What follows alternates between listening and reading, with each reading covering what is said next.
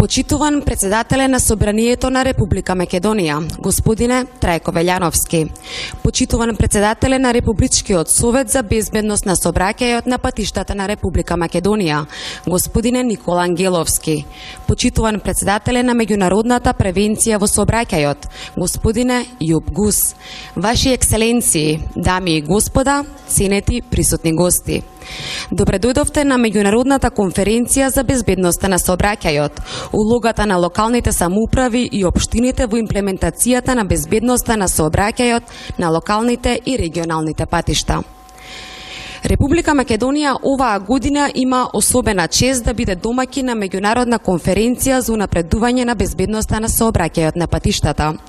Последните години соработката со меѓународните институции се интензивира и Македонија почнува да станува пример за посветеност на безбедноста и еден од водечките субјекти во примената на научните достигнувања во областа на сообраќајот.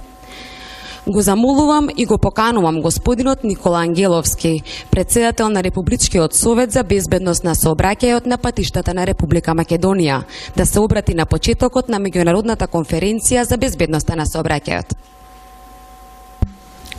Благодарам. Почитувам председател на Собранието на Република Македонија и покровител на конференцијата господин Трајко Велјановски.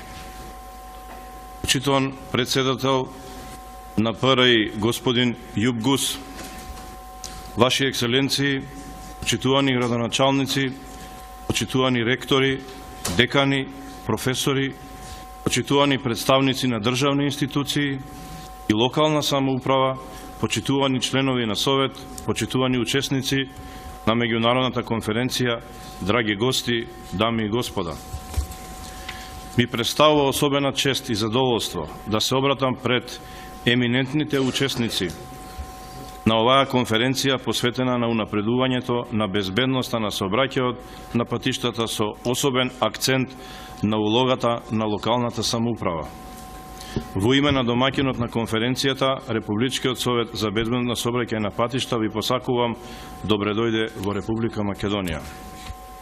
Дозволете ми најпрво да се заблагодарам на покровителот на конференцијата, председателот на Собранието на Република Македонија, господинот Трајко Велјановски и неговиот придонес и поддршка во организација на истата, како и поддршка на активностите и работата на Републичкиот совет за безбедност на сообраќај на патишта. Советот ја доби довербата и на респектибилната меѓународна организација за безбедност на сообраќај на патишта, ПРИ, која има мощна значена улога во унапредувањето на безбедноста на сообраќајот на глобално, регионално, национално и на локално ниво, за организација на меѓународната конференција, за што посебна благодарност изразувам на председателот на ПРИ господинот Јуб Гус. Сакам да истакнам дека е ова резултат на активната улога на Републичкиот совет во рамките на ПРИ, со која остваруваме повеќе годишна успешна соработка. Вложивме големи напори за да ја оправдаме оваа укажана доверба, која представува признание за Република Македонија и незините препознатливи активности во меѓународни рамки во унапредување на безбедноста на сообраќајот. Покрај главната тема на конференцијата, која е посветена на улогата на локалната самоуправа во унапредување на безбедноста на сообраќајот, конференцијата посебен акцент дава на ранливите групи на учесници на сообраќајот, а особено на младите учесници во сообраќајот. Конференцијата е извонредна прилика да се разгледаат различни аспекти поврзани со можне комплексниот феномен безбедност во сообраќај на патишта, како и да се разменат искуства на добрите практики. Учесниците на конференцијата преку своји научни и стручни трудови, презентации и дебати ќе имаат можност да дадат придонес во мултидимензионалната и мултинационалната расправа за можностите за унапредување на безбедноста на сообраќајот на патиштата, како и да ги споделат искуствата за улогата на локалната самоуправа во унапредување на безбедноста на сообраќајот. Искуствата кои Советот ги стекна низ процесот на имплементација на првата национална стратегија на Република Македонија за унапредување на безбедност на сообраќај на патишта 2009-2014 беа од голема полза за унапредување на целите кои треба да се постават и остварат за втората национална стратегија 2015-2020. Уште повеќе, на овој начин даваме силна порака дека Република Македонија во целост ја прифаќа одговорноста за имплементирање на препораките од Декларацијата на Обединетите нации за декада за безбедност на сообраќај на патишта 2011-2020. Една од клучните цели е токму улогата на локалната самоуправа во унапредување на безбедноста на сообраќајот на патиштата. Исклучително важна е улогата на локалните институции, градоначалниците, но пред се на граѓаните. Токму во тој контекст дополнителните теми на конференцијата се насочени кон младите и управувањето со моторни возила под различни влијанија. Најголемиот број на несоодветно и ризично однесување во сообраќајот и непочитување на прописите се случува во рамките на населени места, во урбани и рурални средини, каде што е и најголема фреквенцијата на различни групи учесници во сообраќајот. Насочувајќи се кон овие теми, а во соработка со научната јавност, Советот континуирано прибира релевантни научни и стручни сознанија кои несомнено ќе доведат до подобрување на целите во втората национална стратегија, но пред се кон подобрување на механизмите и инструментите за нејзина имплементација.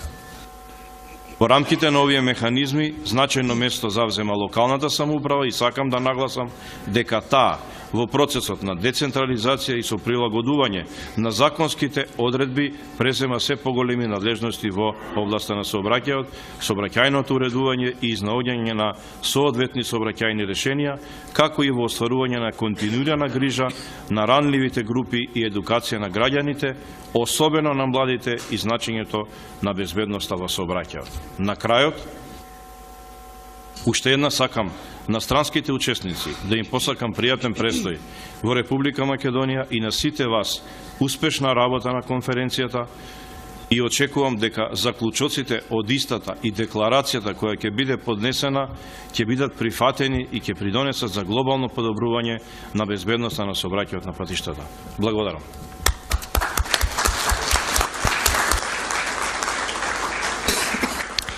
Благодарам, господин Ангеловски.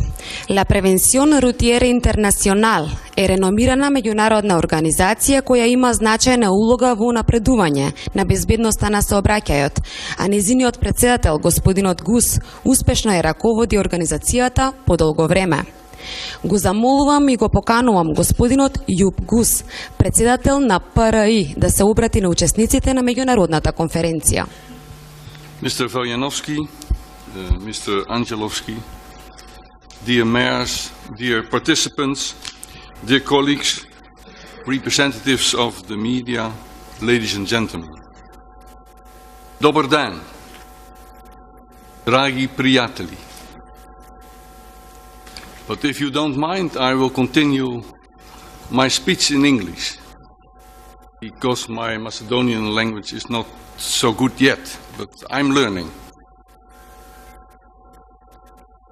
With pleasure, I welcome you to this international conference on the role of local government and municipalities in improving traffic safety on local and regional roads. The conference is held under the auspices of the President of the Parliament of the Republic of Macedonia, Mr. Trajko Veljanovski, and we are very honored with this. I would like to start by expressing my warm thanks and appreciation to the National Council for Road Traffic Safety of Macedonia, to Nikola Angelovski, President of the Council, to Lupcho Straveski, the Secretary, and to Mile Dimitrovski, Chairman of the Scientific Committee of the Council, and to their team. Organizing this conference shows their devotion to the improvement of road safety in Macedonia and the region. In 2013, the World Health Organization launched the Global Status Report on Road Safety. And the report shows that each year, over 50 million people got seriously injured on our roads. And 1.25 4 million people die as a result of road crashes. And that's 3,500 deaths per day, or 150 an hour. Nearly 3 people get killed on the roads every single minute. The risk of dying as a result of a road injury is the highest in the African region. It's 24.1 road traffic deaths per 100,000 population. And it's the lowest at the European region with 10.3. In the Eastern Mediterranean region, this number is 21.3 and scores the second place after the African region. And these terrifying figures are the tip of the iceberg only. Traffic safety is not just about statistics.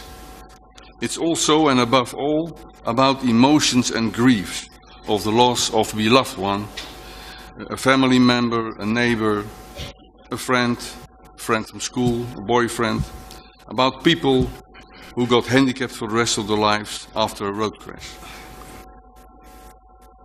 Traffic safety is not a matter of anonymous statistics. It's about people we know. 50% of all road traffic deaths are among vulnerable road users.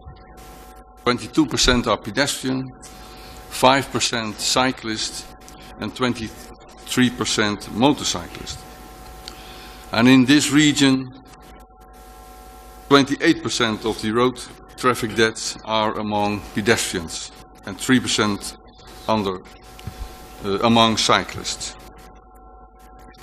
Last week, the Global Report on Alcohol and Health 2014 was, and this WHO report shows that globally 3.3 million deaths per year are alcohol related.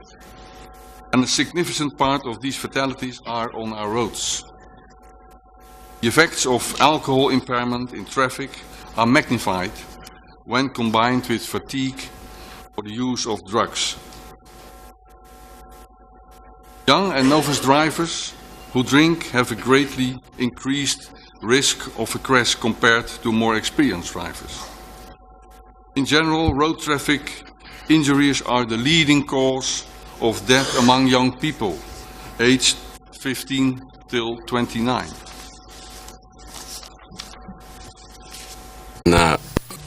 In our conference, we focus on road safety on local and regional roads.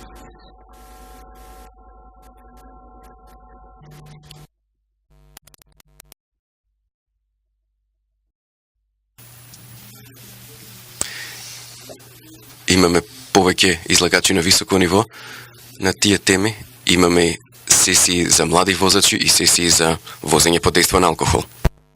On the major topics on local level, it's about vulnerable road users like pedestrians and cyclists. It's about drivers, in particular young ones. It's about drinking and driving, speeding and distraction. The majority of the road traffic deaths among vulnerable road users occur on local and regional roads. But how can we bring down the number of road crash victims? First of all, road safety must be priority number one. However, in many countries, road safety faces budget cuts. Achieving the target of the Decade of Action for Road Safety with minus 50% of the traffic deaths by the year of 2020 means that 50 million road traffic victims and 50 million non-fatal injuries would be avoided. But it also means, and that's very important, a saving of 3 trillion US dollars. And this shows that, especially in times of economic recession, costs for road safety should be seen as investments, which will be earned back later. Investments which will bring down the number of road traffic victims and the yearly societal costs of traffic crashes. This priority asks for a strong political commitment and a political decision to allocate substantial and multi-year budgets for road safety. Secondly, to improve road safety on local and regional roads, a strong alliance is needed between local government, municipalities, police, NGOs, schools, parents, and road users, all working and behaving in the frame of a national road safety plan with regional and local programs and activities. Citizens, to my opinion, must be part of this team. Without active involvement of citizens, no sustainable results will be achieved. Citizens can provide input about unsafe locations, and they can assist in local road safety projects as volunteers. Dutch authorities, the country where I come from, Dutch authorities and NGOs are using an innovative tool for smartphones, iPad, laptops to collect the input of citizens and road users about unsafe spots, and to collect a description of the location where the crash happened. And the software behind the system integrates objective data of accidents, speed data and input of citizens. Police enforcement is key for the improvement of road safety at local and regional level. A combination of enforcement with campaigns lead to additional positive effects. Efficient deployment of police personnel can be realized by speed cameras. But an important condition for that is that the cameras are part of a coherent system of an enforcement policy and practice. We all know that most of the road crash victims are among vulnerable road users and are happening inside urban areas. So starting point must be that the living space of people, and in particular of children, must be a safe haven without crashes and victims. Safe school routes, school and living areas with a speed limit of 30 kilometers an hour, and safe pedestrian crossings and cycle paths in other parts of the traffic area are key. If our cities and villages are safe for vulnerable road users, they are safe for all road users. And in situations where slow and fast traffic meet, balanced or on-demand measures should be applied to achieve optimal positive results. Except a safe infrastructure, also good education on schools and in driving schools is highly important. To improve road safety of young drivers, new ways of education are developed. Parents can assist teachers in school education. Citizens can act as volunteers in projects. And it will be wonderful if young people, like students, will act as ambassadors for road safety. And to improve the road safety of young drivers, we need more advanced training schemes. Combination of age-related factors, like an attitude to risk-taking behavior, and the lack of driving experience results in a high involvement of young people in car crashes. And this is a challenge to develop new ways of driver education. Without any doubt, we will learn the coming days from many experience in these fields of action. I wish all of us a fruitful conference with lively discussions in the stimulating ambience of Skopje. Blago daram.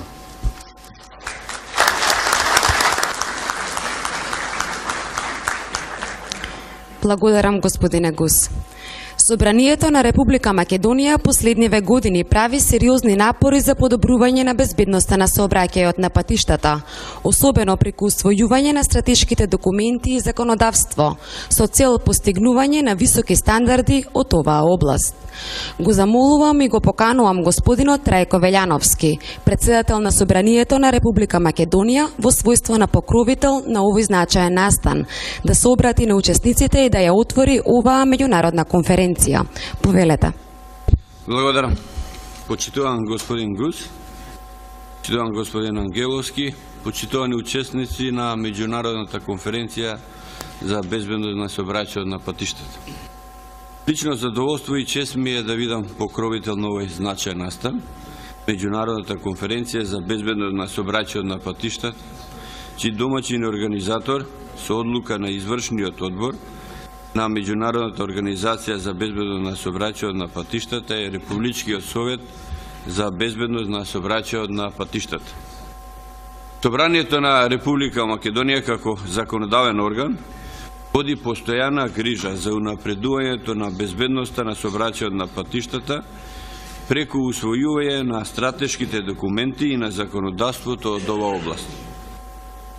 Република Македонија како земја со кандидатски статус за полноправно членство во Европската Унија постојано го хармонизира своето законодавство со законодавството на Унијата, а во тие рамки и со законодавството во областа на безбедноста на сообраќајот на патиштата. Основната цел е да се применат добрите искуства и практики на Европската Унија, заради постигнувањето на високи стандарди и минимизирање на сите видови на ризици и закани во сообраќајот на патиштата. Собранието на Република Македонија е усвои Националната стратегија на Република Македонија за унапредување на безбедноста во сообраќајот на патиштата 2009-2014 година, а во моментот во завршна фаза е изготвувањето на втората национална стратегија за периодот 2015-2020 година.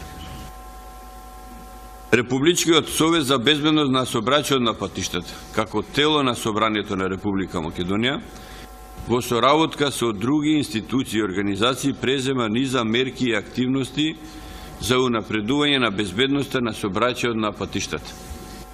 Посебно е важно да се потенцираат активностите за подигање на јавната свест за потребата на унапредувањето на безбедноста на сообраќајот, а особено на ранливите групи, како што се децата, младите учесници во сообраќајот, возрастните лица и лицата со посебни потреби.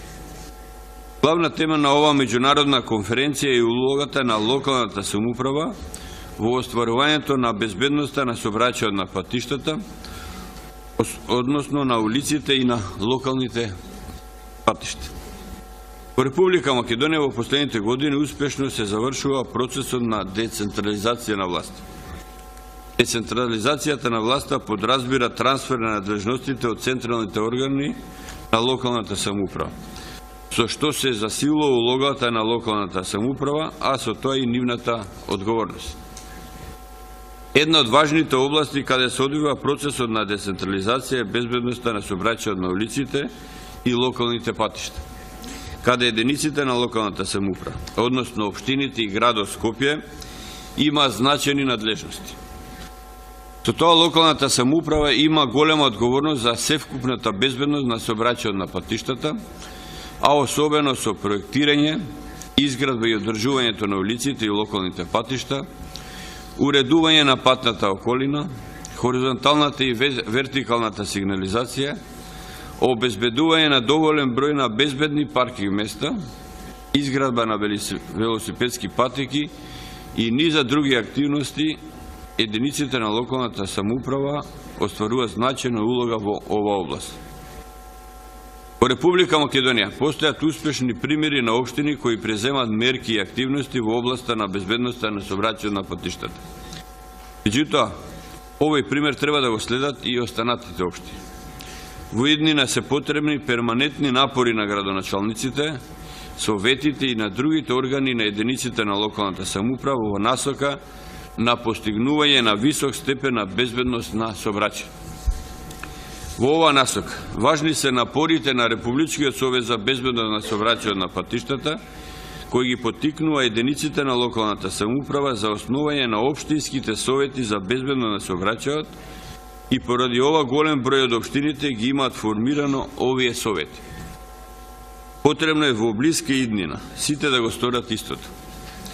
Во ова прилика сакам да го потенцирам значењето на учеството на голем број на членови на меѓународната Организација за безбедно на сообраќајот на патиштата и други меѓународни организации, на националните организации и на експерти кои даваат особено значење на ова меѓународна конференција. Очекувам дека ова меѓународна конференција во рамките на декадата на Обединетите нации за безбедност на сообраќајот на патиштата ќе даде значаен придонес во унапредување на безбедноста на сообраќајот на глобално, на национално и на локално ниво. Убеден сум дека дебатата, презентациите, трудовите, документите и дискусиите на конференцијата ќе најдат практична примена и ќе влијат за минимизирање на сите ризици во безбедноста на сообраќајот на патиштата. Честитајќи за одличната организација на конференцијата, ви посакувам плодна и успешна работа. Ви благодарам.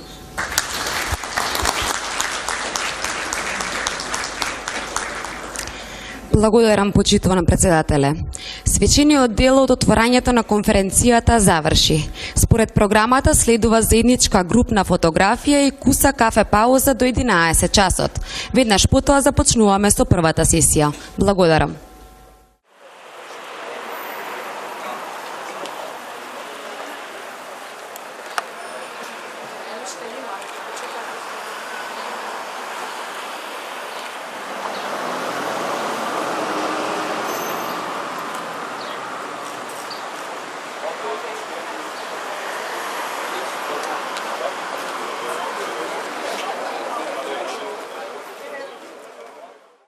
Пред паузата за ручек ќе има уште едно групно фотографирање на истото место, значи пред излезот на хотелот на скалите. А сега е време да започнеме со првата сесија. Му давам збор на професорот доктор Миле Димитровски, председател на Комитетот за наука, ПРИ и председател на научниот комитет на конференцијата, кој е модераторот на првата сесија. Повелете. Добар ден, почитувани учесници. Ние одлучивме да ја започнеме оваа конференција со показателите на безбедноста на сообраќајот во Република Македонија и тоа ќе биде вовед во нашата работа. Мислам дека е време да ја стартуваме презентацијата, а јас ќе се обидам во кусо време да ги презентирам податоците за Македонија и напорите на Републичкиот совет за довршување на втората национална стратегија на Република Македонија за безбедноста на сообраќајот на патиштата. Okay, the first speaker is Professor Mile Dimitrovski, President of Scientific Committee of PRI and the President of Conference Scientific Committee. And the presentation will be Indicators for Road Traffic Safety in Macedonia by Professor Mile Dimitrovski, Nikola Angelovski, and team of RSBSP, Republic Council Safety.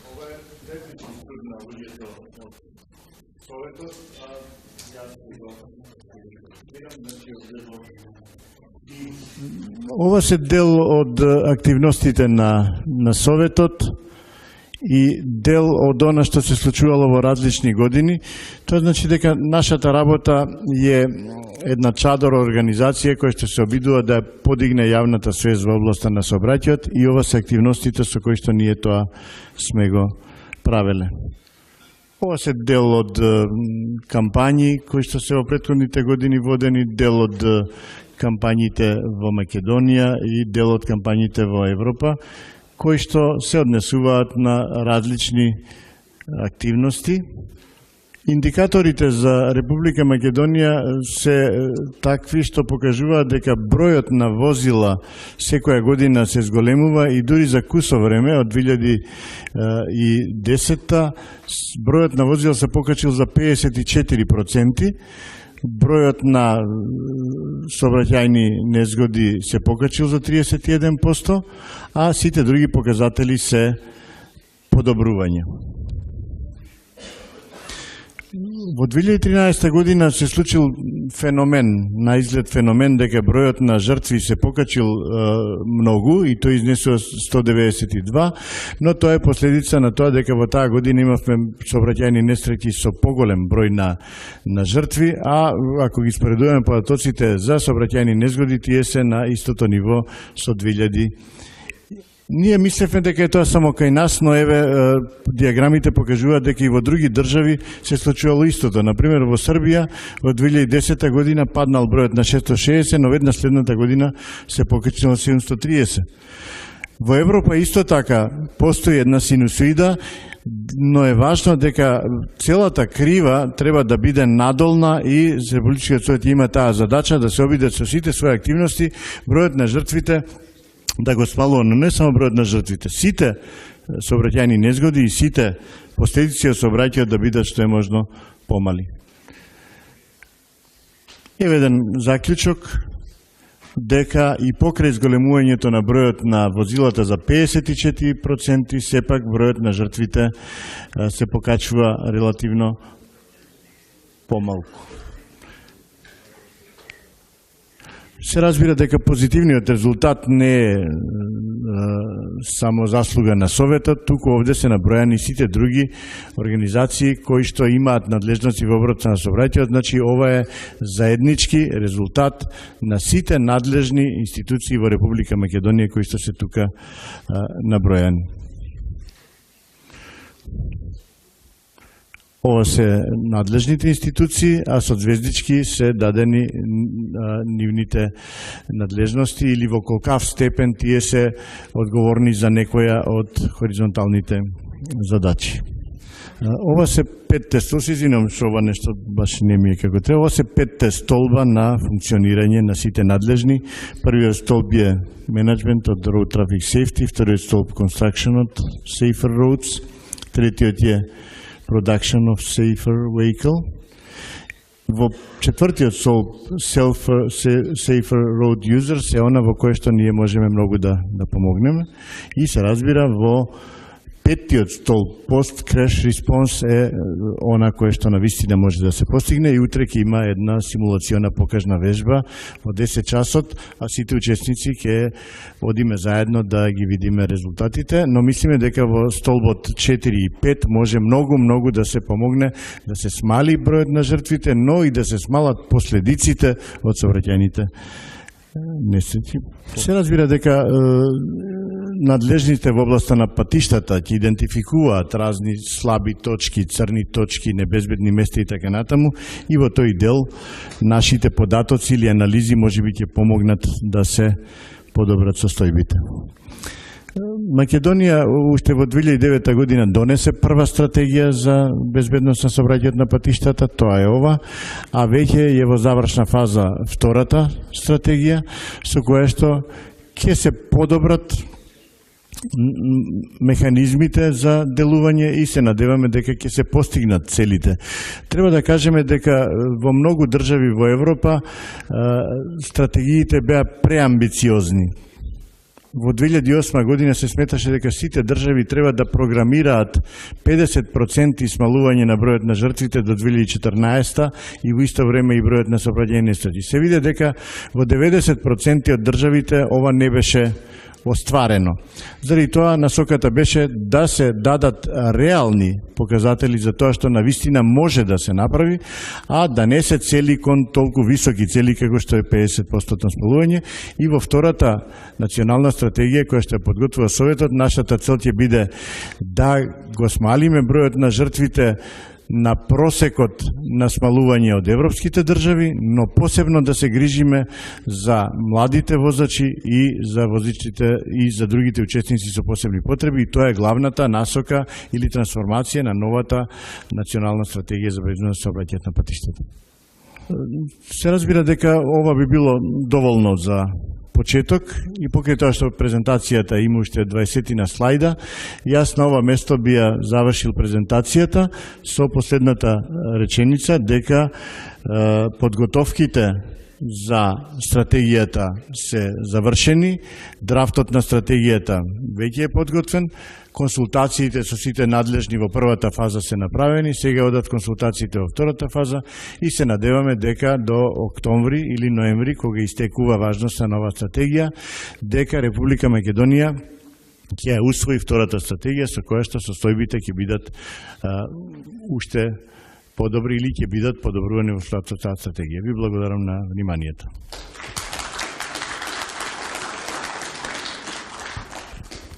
Second presentation is from Mr. Bernard Keller, an example of a close relationships between an accidents and the local authorities. Good morning. Thank you for the invitation. I'm here on behalf of our director, Jean-Yves Salin, who couldn't come today.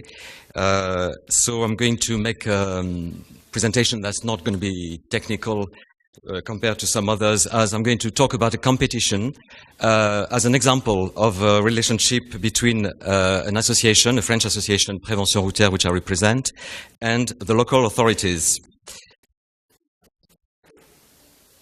The French competition called Les Écharpes d'Or, literally in English, the Golden Ribbons, was introduced 24 years ago by the Association Prévention Routière in order to reward and to highlight the achievements in the field of road safety accomplished by local governments and municipalities all over France. It was also a response to the need for information and exchange of experience and an experience between different town mayors who didn't get the feeling that they knew what to do to improve road safety. If you don't mind, I would like to make a very short presentation of the association and of the local organizations in France in order to give you a better idea of the French context. So, very briefly about the Association Prévention Routière. It was created in 1949. The board is composed of different members, and as you will see, there are representatives of the local authorities which were there from the start. And we've been involved in the life of the association, and we have more than 100,000 members. We have also 101 local offices spread all over France. And our main fields of actions are road safety education for children, training for adults, and communication and information to the general public. About France, also very quickly, so the population is now more than 65 million. We have 36,700 communes. There are 101 departments, I would suppose you say counties in English, 22 regions in metropolitan France, and many more structures, which I can't detail here because it would be too complex.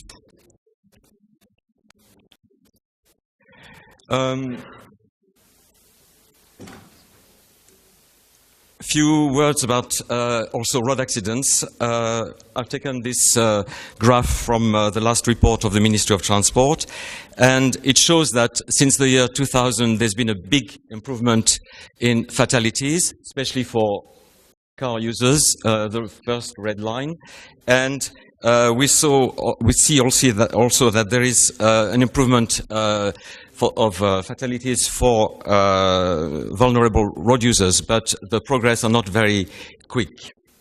So it shows us where we have to work, and it also helps us for the next competitions of the Écharpes d'Or.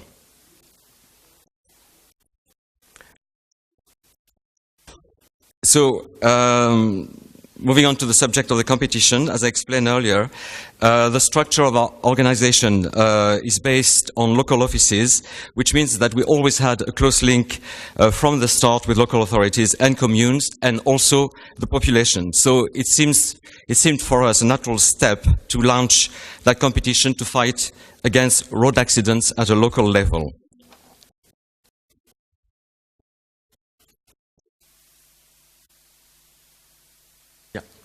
The competition was launched 24 years ago, in 1990, and since then we had more than 2,000 local authorities which have taken part in that competition, and among them 210 have been awarded prizes. Initially the competition was every year, but it is now every 2 years. So the next edition will be in 2015. So the competition procedure. We send a dossier to enter the competition to the big towns of more than 10,000 people, inhabitants, and other main local structures. Smaller places are suggested by our local offices, committees in the departments of France. And we also advertised through the media with the national press, local press, TV, radio, and internet to call for more candidates.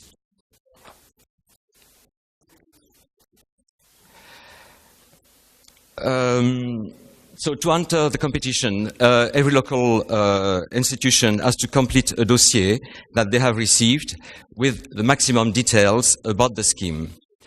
The history of the project, how it was put into place, the results, and they can add, of course, articles, photographs, films, and anything they think will be relevant. The categories. For the first 10 years, the categories were as follow. They were divided into 4 categories: road planning, road safety planning, road safety education for children, campaign and information for the general public, and road safety calming schemes for vulnerable road users. But then in 2002, we decided that it was actually a bit unfair to compare big places, big cities to small villages, let's say, and we decided to change the categories. So we moved to categories which were based on the size of the communes and the towns. So we have now 7 categories, which I'm not going to details, but you can see them. It starts with the first category at less than 100,000, less than 1,000 inhabitants, and so on up to 100,000 inhabitants. We also have groups of communes who can compete. We kept the principle of the special prizes to reward actions aimed at young people, risk management aimed at municipal employees, older people over 60. So for the selection of the candidates, the selection goes through 3 stages. The first stage is that the candidates send their dossiers to our local committees to which they belong. And each committee forms a local jury which then examines the dossiers that have arrived in their office. Then these dossiers are sent to the technical jury, which is a national jury mainly composed of people working for the Association Prévention Routière. And that's the second stage of the procedure. And that jury compares and chooses the best dossiers from all over France. And then finally, that last selection is passed to a national jury, which is composed of road safety experts and personalities. We have, for example, the Minister of Transport and the President of the Associations of French Mayors. And the national jury will choose the best entries and the winners in each category. So the criteria that are taken into account by the jury are the effectiveness of the actions which have been carried out, the positive evolution of accident rates. Of course, if there is no change in the accident rates, it means that the action hasn't been very good, so we would not consider that dossier. The innovative and original aspects of the project, the continuity of the policy which has been carried out over the years. We believe that a short campaign is not automatically a good thing if it's not on the long term. So we take that criteria into account. And the global aspect of the action and the perseverance of the team also involved in the project. Sometimes we have projects that have been going on for years but didn't succeed, and they finally manage after a few years. So that's also an important point for us. And finally, the important moment for the candidates is the prize-giving ceremony. I'm talking about that because we attach a lot of importance to that moment, and most of the time the ceremony is held in a big major place which symbolizes the Republic in France, like the presidential palace of the Élysée when it's possible. It's not always the case. The House of the Parliament, the House of the Senate, and so on. It is a high point of the competition because we have people coming from all over France, all the 10 mayors that have been taking part in the competition. And we have also all the medias, the TV, the press, and local and national press. I don't know if I got time. I'll go through that very quickly. I've just selected 2 towns just to show very briefly that we have very different types of communes. So this one got a prize a few years ago. It's the town of Saint-James in the north of France, and it has only 2,800 inhabitants. And without going into the detail, they had a peak in accidents in 2009, and they decided to intensify their action and especially focused on education for children and young people. And the policy their policy was a success, and they're still carrying on what they put into place. So there was one prize of Écharpe d'Or. And another prize, which is, as it happened a few years ago also, the capital of France, Paris, with all the 2 million inhabitants and with all the problems linked to traffic in a big city, and a lot of accidents concerning vulnerable road users, pedestrians and cyclists.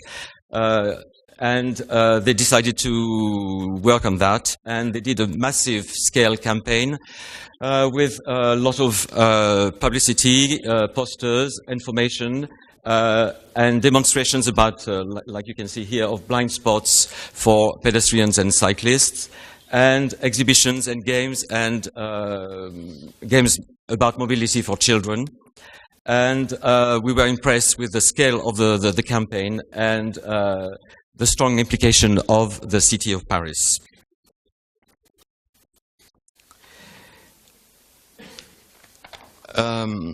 So just a few remarks about the competition. So we believe that this competition is a good illustration of what municipalities and local communities can do in the world of road safety to protect vulnerable road users.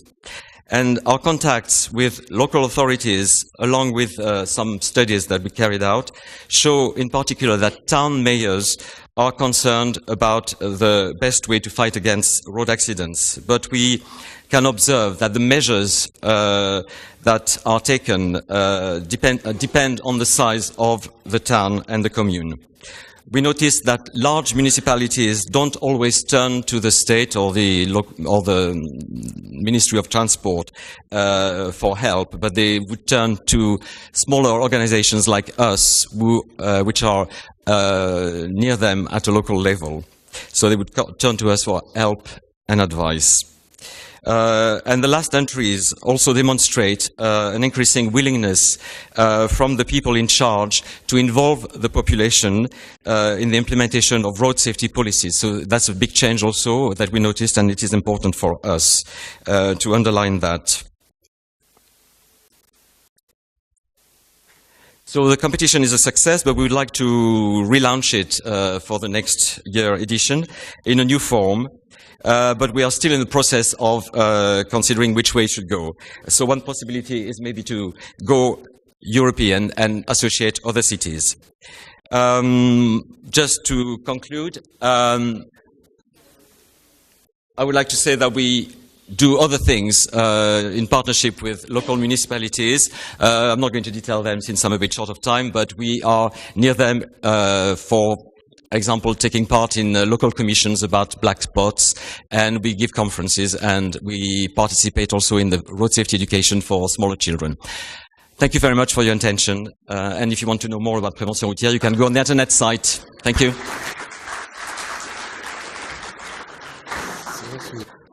Мерси, месье Бернар.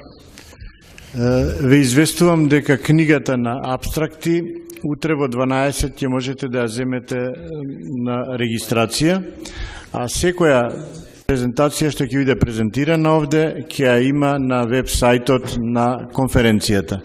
Сите пристигнати во Book of Abstracts, сите презентирани на сајтот од конференцијата. Сега го поканувам Зоран Шапурич да ја презентира трудот децентрализација и нејзино влијание врз безбедноста на сообраќајот во Република Македонија. Ве замолувам, имајте внимание кон времето. Okay, thank you, Professor Dimitrovsky. Our research paper is related to decentralization and, of course, its impacts on road safety in Macedonia. And as you know, Macedonia since 2001 started the process of decentralization in many spheres. One of the spheres of the areas is, of course, a very important area, road traffic safety on local level. So, which means in the units of local self-government, in municipalities, 84 municipalities we have in Macedonia, and city of Skopje has special units of local self-government in Skopje. And the decentralization is a complex process of transferring the competencies from the central to the local level, means and brings, of course, decision-making process closer to the citizens, which understands the changing relationships among the levels of the government. And the main aim of our research paper, you will have later, of course, opportunity in conference proceeding to see the full paper. Tomorrow, as Professor said, only the abstract. And the aim of this paper is to light and analyze current process of decentralization in the sphere of local self-government or the competencies on the local roads and the streets in Macedonia. And of course, to give some recommendation. And we analyze also, besides the legislation in the sphere, in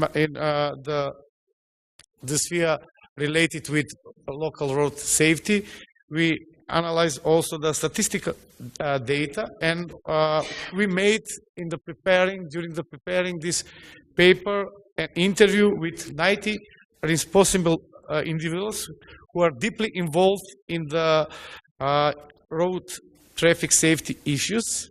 And we, on the end of our research, made some SWOT analysis, SWOT analysis, which detects the strong and the weak points, and of course the opportunities and the threats for the future perspective of development and improvement the relations in the local self-government. And of course, we have no time to list, to number the legal framework. There are a number of laws which transfer the competencies. I will mention just briefly a few competencies which are directly or indirectly very, very closely to the road traffic safety on the local level. For example, local organizing, local public transport, construction, maintenance, and reconstruction, the local roads and the streets, and of removing improperly parked vehicles, public space, urban or spatial planning, which is very important and which in the future has to be much more closer to the needs of the traffic on the local level. And in the very most recently, it was also performed the transfer of the competency in the sphere, in the area of fire protection service, when which especially in the cases of road traffic accident, the role of this service is very important. When we are speaking about the competencies of the municipalities, I will mention just briefly that the State Council on Road Traffic Safety in the last 2 years has been making the strong efforts to encourage the municipalities to establish, which is determined in the law, to establish local road traffic safety councils. And these activities gives some positive results, and nowadays we have or are established more than 35 local road traffic safety in Macedonia, in 35 municipalities, and in the future, the State Council on Road Traffic Safety, of course, with together with cooperation with another institutions, will be continue to encourage the municipalities to help to support their efforts to establish this council, which will in the future will have a very important role. And if we're taking account that the very, very high percentage of total traffic is performed on the local level, on the local streets, on the local roads, the importance is much more bigger, much more higher. So it will be one of the biggest future challenges of the decentralization in road traffic safety, and of course for municipalities and city of Skopje. And when we are speaking about the process of decentralization, also I will mention just a few words that Republic Council support together with another institutions of some central government will support, but also there is a need for stronger efforts of the local government units. And just on the end, I will give some recommendation from the paper that in the context of our research, it is possible to give some recommendation to continue with the activities of the decentralization in the sphere of the road traffic safety on the local level, to improve mutual cooperation between the municipalities, which is very important for the smaller municipalities, because in Macedonia we have monotype of municipalities, which means the same municipalities, regardless of their territory, population, and another capacity, have the same competence, and it's very good opportunities for them to improve their mutual cooperation. Of course, it is related especially to the smaller, and to strengthen the efforts of the municipalities for the improvement in the conditions of the quality of the streets, local level, improvement of the road environment as an essential condition in providing the road traffic safety. To encourage, which I mentioned before, previous, that the local government units in local institution, and of course continuing with capacity building of the local institutions, and of course to begin to strengthen the scientific and expert research from different aspects of road traffic safety on the local level. And as I mentioned, you will have after the conference an opportunity to read a full paper and full research, and of course some figures which are given in the tables. Thank you very much for your attention.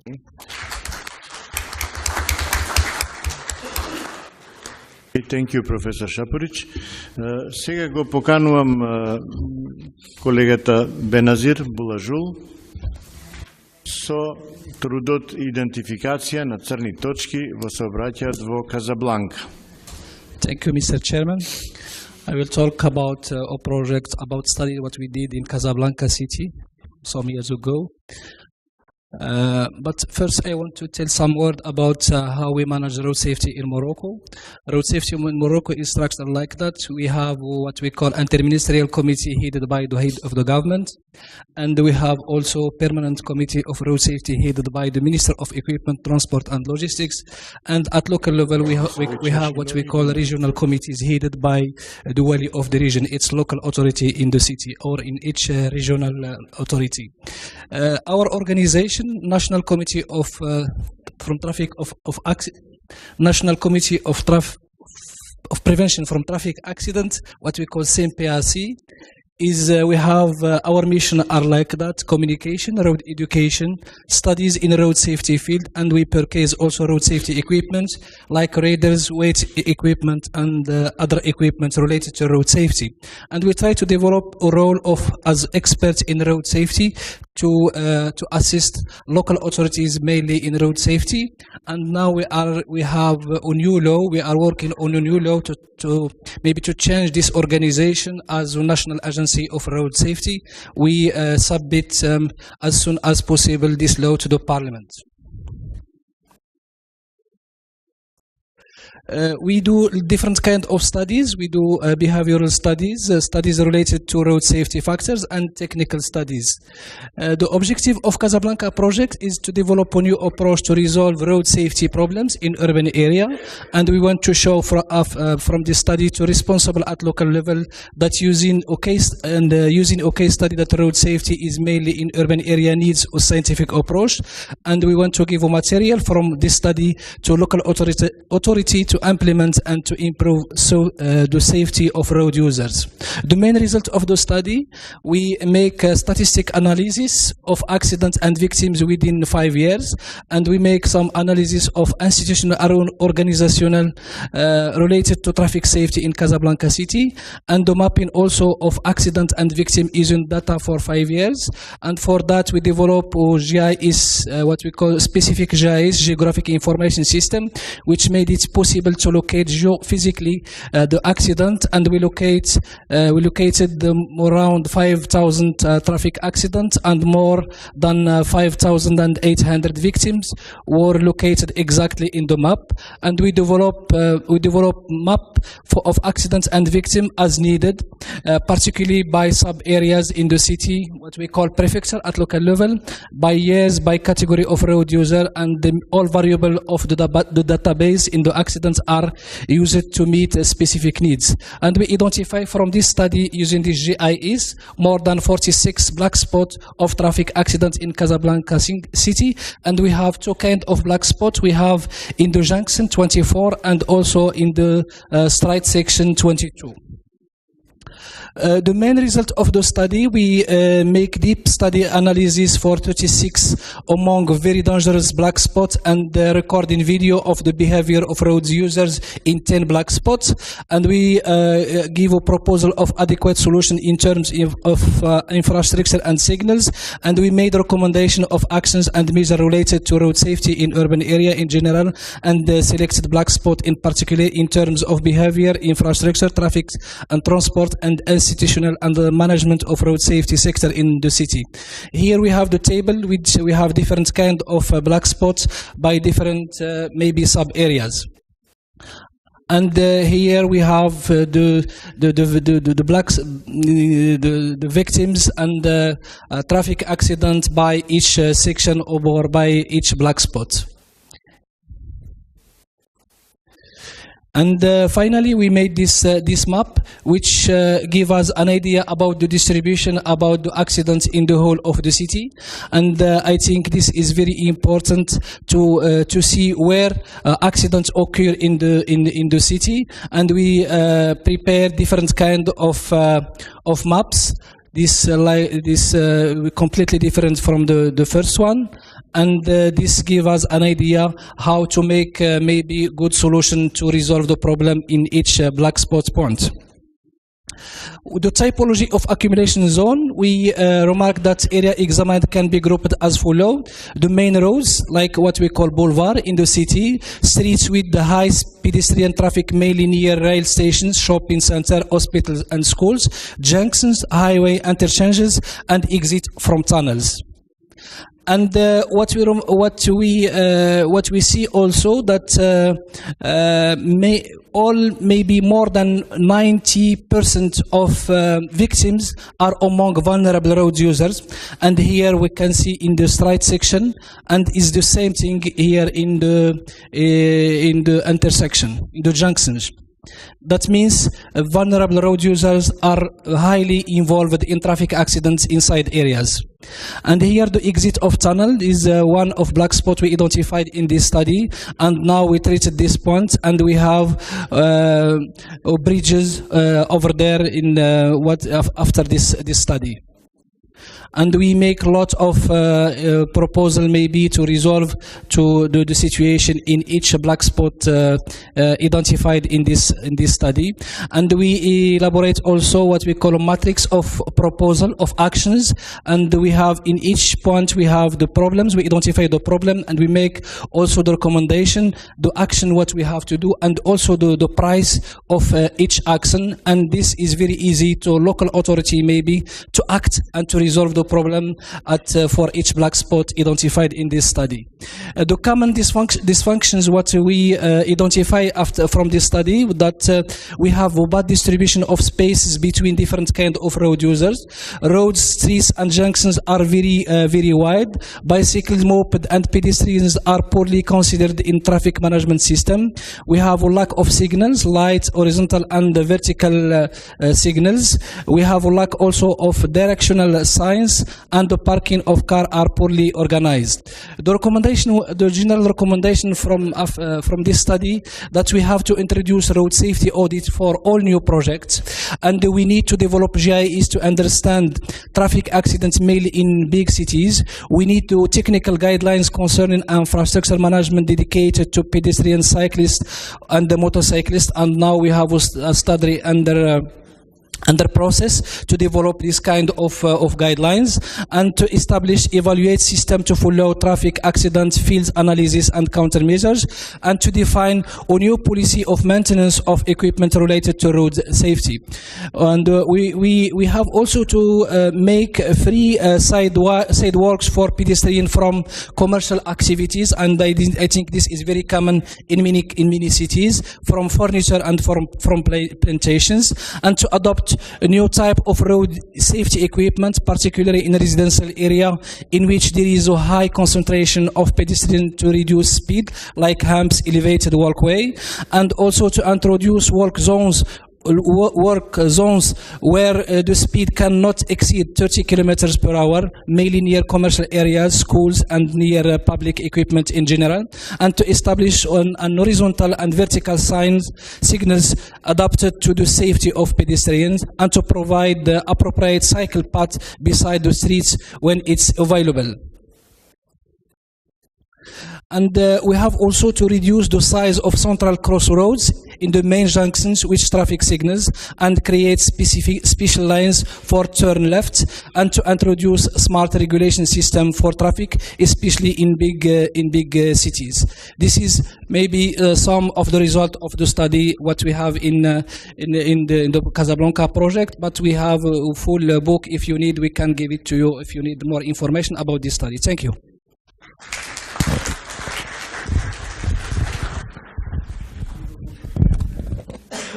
Merci beaucoup, Monsieur Benazir Boulajul.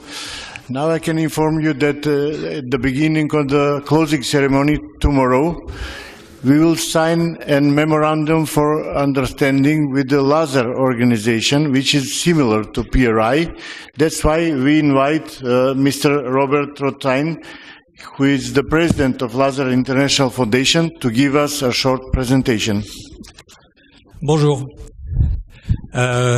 Short presentation, je parle en français. Et je remercie les organisateurs. 10 minutes. Je vais parler 7 minutes. Je préside la Fondation Laser International. C'est une fondation d'intérêt public dont le siège est à Bruxelles. Et la Fondation Laser International, comme la prévention routière internationale, nous sommes membres du groupe des Nations Unies pour la collaboration en sécurité routière. Et invités à intervenir devant vous, À la différence des exposés et des conférences brillantes que vous avez eues en début de matinée, et certainement à la différence des conférences non moins brillantes que vous aurez, je ne vais pas vous dire ce que l'on a fait. Ce que l'on a fait ici et là pour la sécurité routière, pour la prévention, pour les enfants, pour les motocyclistes. Je me propose de vous dire ce que l'on fera. Et ce que l'on fera dans les 5 dernières années de la décennie mondiale d'action pour la sécurité routière. Et ce que l'on fera, je vous propose de le faire en collaboration. Donc je vous invite non pas à écouter une brillante intervention, mais je vous invite à travailler en collaboration pendant les 5 dernières années de la décennie mondiale de la sécurité routière. Je sais que, comme pour toutes les organisations réunies dans le groupe de collaboration des Nations Unies, certainement, les uns et les autres, vous êtes actifs, dynamiques, organisés pour réaliser des programmes dans le champ de la sécurité routière. Mais pour être plus précis, les 5 piliers du plan mondial d'action de sécurité routière sont l'augmentation des capacités de management, l'évolution des comportements, les changements des comportements des usagers de la route, l'amélioration de la sécurité des véhicules, l'amélioration de la sécurité des routes et de plus grandes performances des services d'intervention d'urgence post-accident. Mais compte tenu du public et du thème qui est l'action locale, le rôle des municipalités, des organisations locales, et compte tenu de nos compétences, je vous invite plutôt à focaliser sur les comportements et le management. Lorsqu'on parle des comportements, chacun a en tête le comportement des enfants, des personnes âgées, des conducteurs poids lourds, des motards. C'est vrai. Mais je trouve tout aussi intéressant de parler des représentations, des attitudes et du comportement des policiers, des enseignants, des politiciens, des journalistes, de toutes les personnes qui sont des prescripteurs et qui ont un rôle et une responsabilité pour faire évoluer la sécurité routière. Donc, les 2 champs d'intervention pour les 5 ans à venir, sur lesquels je vous invite à collaborer, c'est d'améliorer les capacités des responsables de la sécurité routière, qu'ils soient journalistes, enseignants, communicants, politiciens, et comment mobiliser, informer, sensibiliser, former ces personnes. Les usagers de la route sont des millions. Les prescripteurs de la sécurité routière sont quelques milliers qu'il faut identifier. Et la première proposition, c'est d'organiser ensemble une université d'été de la sécurité routière. Concrètement, 3, 4, 5 jours d'échanges, d'apports d'informations, d'actualisation des connaissances, de meilleure maîtrise du management des processus de sécurité routière. Université d'été, en été on n'est plus disponible. Dans l'année, chacun est très pris par ses actions. Il n'a pas cette disponibilité, cette ouverture pour pouvoir échanger, envisager des collaborations et communiquer. Donc, université d'été. Et lorsque on regarde les compétences des responsables locaux des municipalités ces compétences, c'est à la fois de l'éducation, de la communication, du réseau, de la dynamique de réseau, bien sûr des aménagements d'infrastructures, c'est évident. Mais il y a beaucoup de compétences que l'on peut mettre en avant sous le concept de management de la sécurité routière. Donc, si vous le souhaitez, dans une ville, dans une région, dans un pays, on peut envisager la réalisation d'une université de l'été de la sécurité routière. Deuxième proposition, visant plus directement les usagers de la route. Nous organisons périodiquement un festival mondial de films de sécurité routière que l'on a organisé à Genève en 2006 avec la prévention routière internationale dont le président José Miguel Trigoso a collaboré à la réussite de ce premier festival mondial de films. En 2010 à Marrakech, en 2013 à l'UNESCO, l'an dernier. Donc nous avons 300 à 400 films de sécurité routière qui sont des films éducatifs ou des films de communication, de la publicité, ou des films spécialisés pour la sécurité en entreprise. Et là encore, proposition, nous pouvons en collaboration organiser une semaine du film de sécurité routière dans une ville, pour les écoles de la ville. Nous pouvons organiser un festival de films de sécurité routière pour un pays, un festival national du film de sécurité routière. L'organisation sera bien sûr différente entre une ville et un pays. Et prochainement, mais pour l'instant on n'en parle pas encore, mais on prépare le prochain festival mondial de films de sécurité routière dont je ne vous dirai rien sauf qu'il aura très probablement lieu au Maroc. Et retenez déjà la date, le 18 février, à l'occasion de la journée nationale de sécurité routière du Maroc, mais je ne vous ai rien dit. Donc nous pouvons ensemble préparer l'organisation de ces manifestations. Et pour être simple et conclure, la façon de faire, c'est entre nous d'élaborer un memorandum of understanding, c'est-à-dire une lettre d'intention, pour vérifier que nous partageons les mêmes valeurs, les mêmes objectifs, les mêmes ambitions. Et le deuxième temps, c'est de préparer le projet concrètement.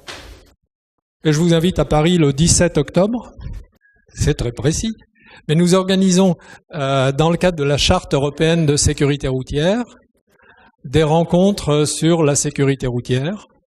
Donc, si vous y êtes intéressé, si l'on a avancé d'ici là, nous pouvons conclure et réaliser en 2015 et programmer pour les 5 dernières années des manifestations pour la sécurité routière dans le cadre du réseau du groupe des Nations Unies pour la collaboration en sécurité routière.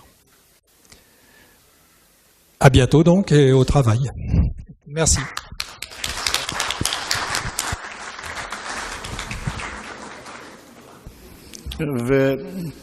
Поканувам професор Шапорич да го повикате следното председателство и да започнете втората сесија.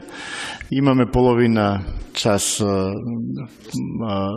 понапред, така што можеби ќе најавиме дека ручекот ќе биде малку порано и завршувањето на целата програма денес ќе пробаме да биде во 17 часот. Благодариме ние што сме од првата сесија и ќе започне втората. Алиева, Катерина Велјановска, мистер Николас Елио, мистер Руд, Горјан Наджиски, and Mr. Osita Jidoka. So, okay, shall we start? Before starting the presentation, I want to ask kindly the presentation that according to the agenda, 10 minutes is predicted for one presentation. So the first presentation is of the paper European Facts and Global Status Report on the Road Safety in 2013 by Снежана Чичевалиева, Димитринка Јорданова Пешерска, Динев Сети and Francesco Mitiso will present. You will present? Okay. Please, your 10 minutes.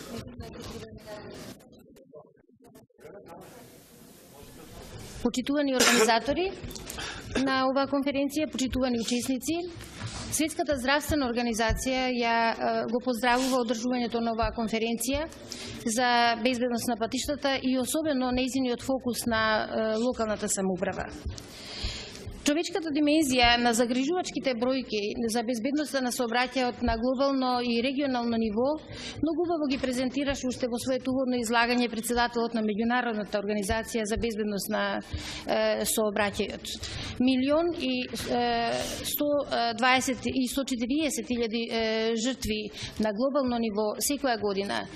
Од нив 120.000 во европскиот регион. Навистина зборуваат за еден голем проблем кој што сериозно бара решенија, а при тоа се разбира превентибилен во најголем дел од овој проблем. Во оваа смисла Светска здравствена организација долгогодишно соработува не само со Министерството за здравство како принципиелен партнер, туку и со многу други чинители, а исто така и со Советот за безбедност на сообраќајот во државата за унапредување на безбедноста на сообраќајот. Како израз на оваа соработка, утре ќе има и една практична симулациона вежба која што ќе изведува Министерството за здравство со поддршка на Светската здравствена организација. И предходните дискутанти веќе зборува за позитивниот придонес на синергиите кои што се неопходни за да се дојде до правите решенија на проблемот на безбедноста на сообраќајот кој што, како што знаеме, е комплексен. Во времето кое што се разбира ограничено, Светската здравствена организација како брокер на знаење и искуство на глобално и регионално ниво пред вас ќе ги презентира накратко бројките со кој што излезе најновиот извештај за безбедност на сообраќајот во 2013 година, се со цел најмногу да се фокусираме на заклучоците кои сме убедени дека ќе придонесат во понатамошното реализирање и на политиките за безбедност на сообраќајот во државата.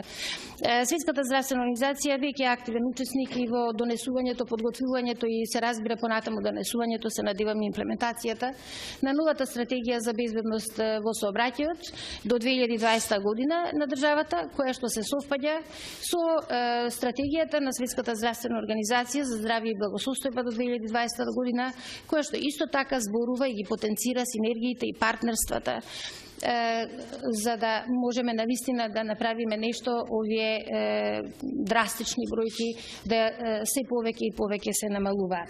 Накратко ќе го презентирам извештајот, глобалниот извештај за безбедност на патиштата од 2013 година. Веќе слушнавте од предходните дискутанти, особено од председателот на Меѓународната организација за безбедност на сообраќајот, дека Генералната асамблеја на Обединетите нации во 2010 година донесе резолуција за да отпочне декадата за акција за безбедност на патиштата од 2011 до 2012 година. И при тоа извештаите за статусот практично беа инструменти, зацртани како инструменти за следење на состојбата. Овој последен извештај за кој што ќе зборуваме денеска и чии резултати ќе ги презентираме на кратко, во основа се хранеше со податоци, се разбира, од државите членки, во кои беше и нашата држава, и при тоа се спроведе еден процес во кој што учествуваа сите сектори. Како што гледате, од европскиот регион, практично повеќе од 98% од населението беше опфатен во овој извештај. Според тоа, во основа, неговите заклучоци би требало да представуваат вистинската насока во која треба да се движат националните политики, кои што понатаму ќе ги развиваме. Главните пораки на овој извештај се некои кои што веќе ги слушнавте и од претходните дискутанти и од обраќањата во уводничарските излагања. Значи, глобално 1.240.000 жители умираат годишно поради сообраќајни несреќи. Од овие 100.000 лица умираат само во Европскиот регион. Како што ќе видите, само половина од државите во Европскиот регион на Светската здравствена организација имаат сеопфатно законодавство за контрола на 5 главни фактори. Од нив, 43% од сите смртни случаи се случуваат помеѓу пешаците, велосипедистите и мотоциклистите. И она што го кажува исто така извештајот е дека постојат големи разлики и помеѓу самите земји во одредени региони. Значи, ова упросечување не важи секаде, не е исто секаде, нормално. Меѓутоа, битно е дека постојат големи диспаритети низ целиот европски регион. Така, забележано дека 66% од смртните случаи се случуваат во државите со низок и среден приход. Скоро половина од смртните случаи се помеѓу вулнерабилните корисници, како што ќе видите.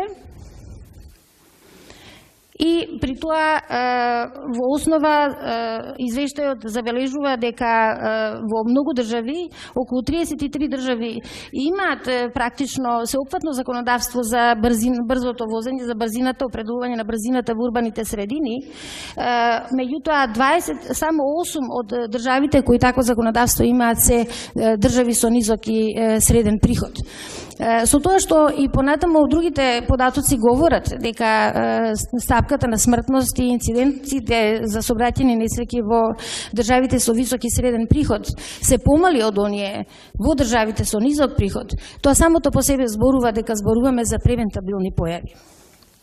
11 држави, и тоа, како што гледате, тоа се новите независни држави, 10 од 11 држави имаат определување на брзината во урбаните средини над 50 км на час.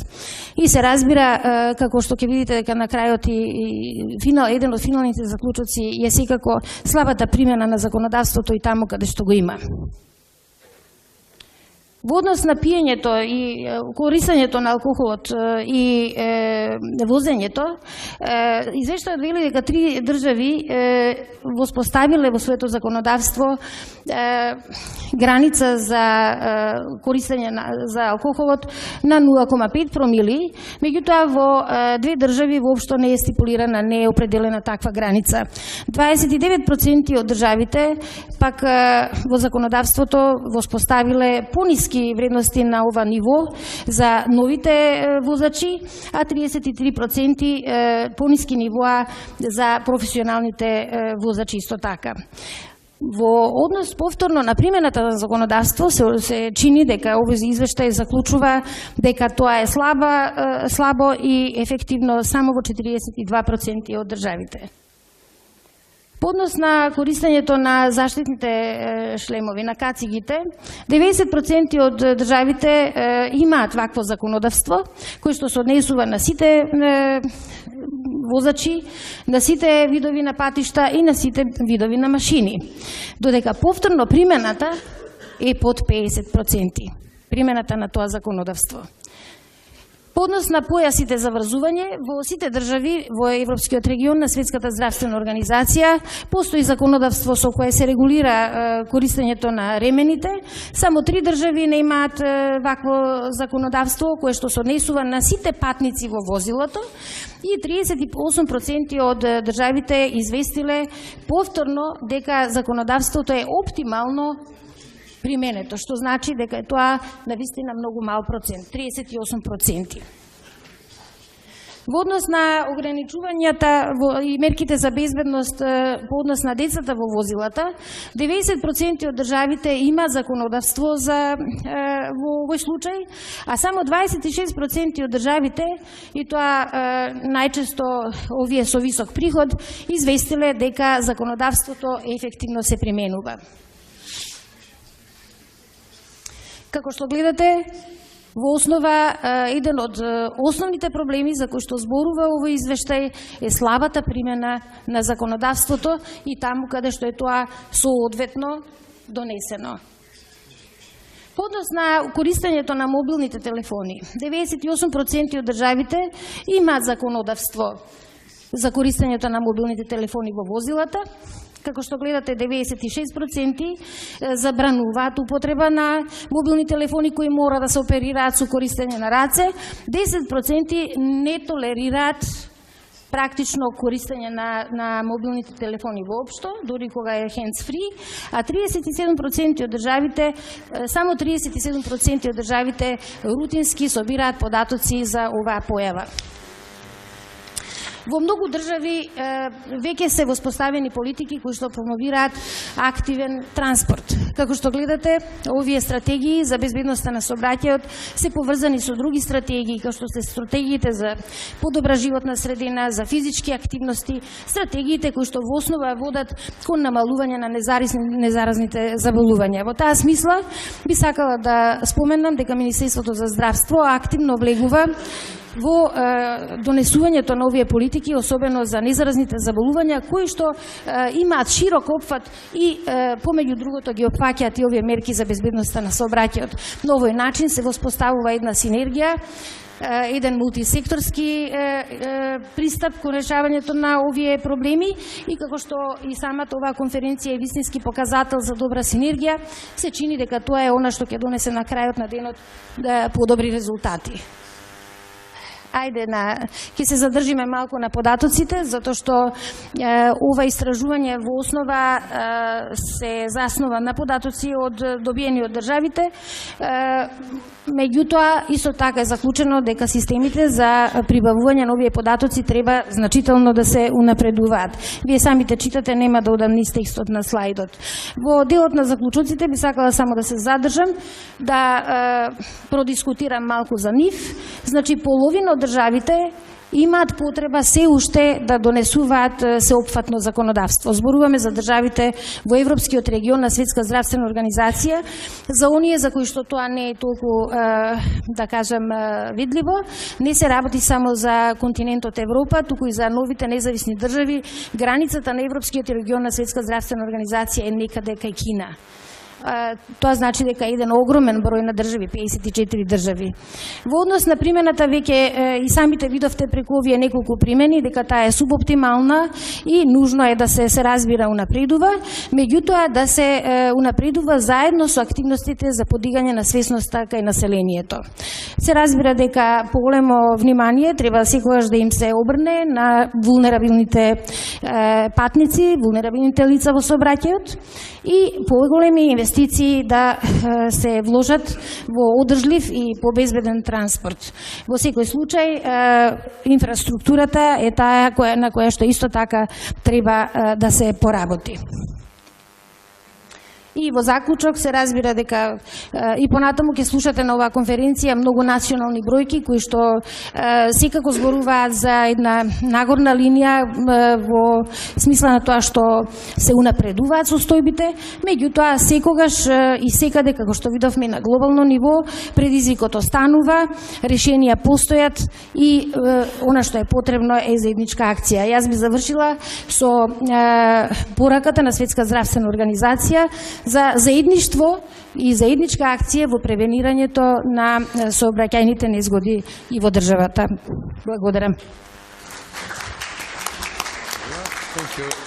So the next presentation is a presentation of the paper Creation of the Effective Public Policies of the Road Traffic Safety within the Local Government, made by Andona Oliver and Katarina Veljanovska.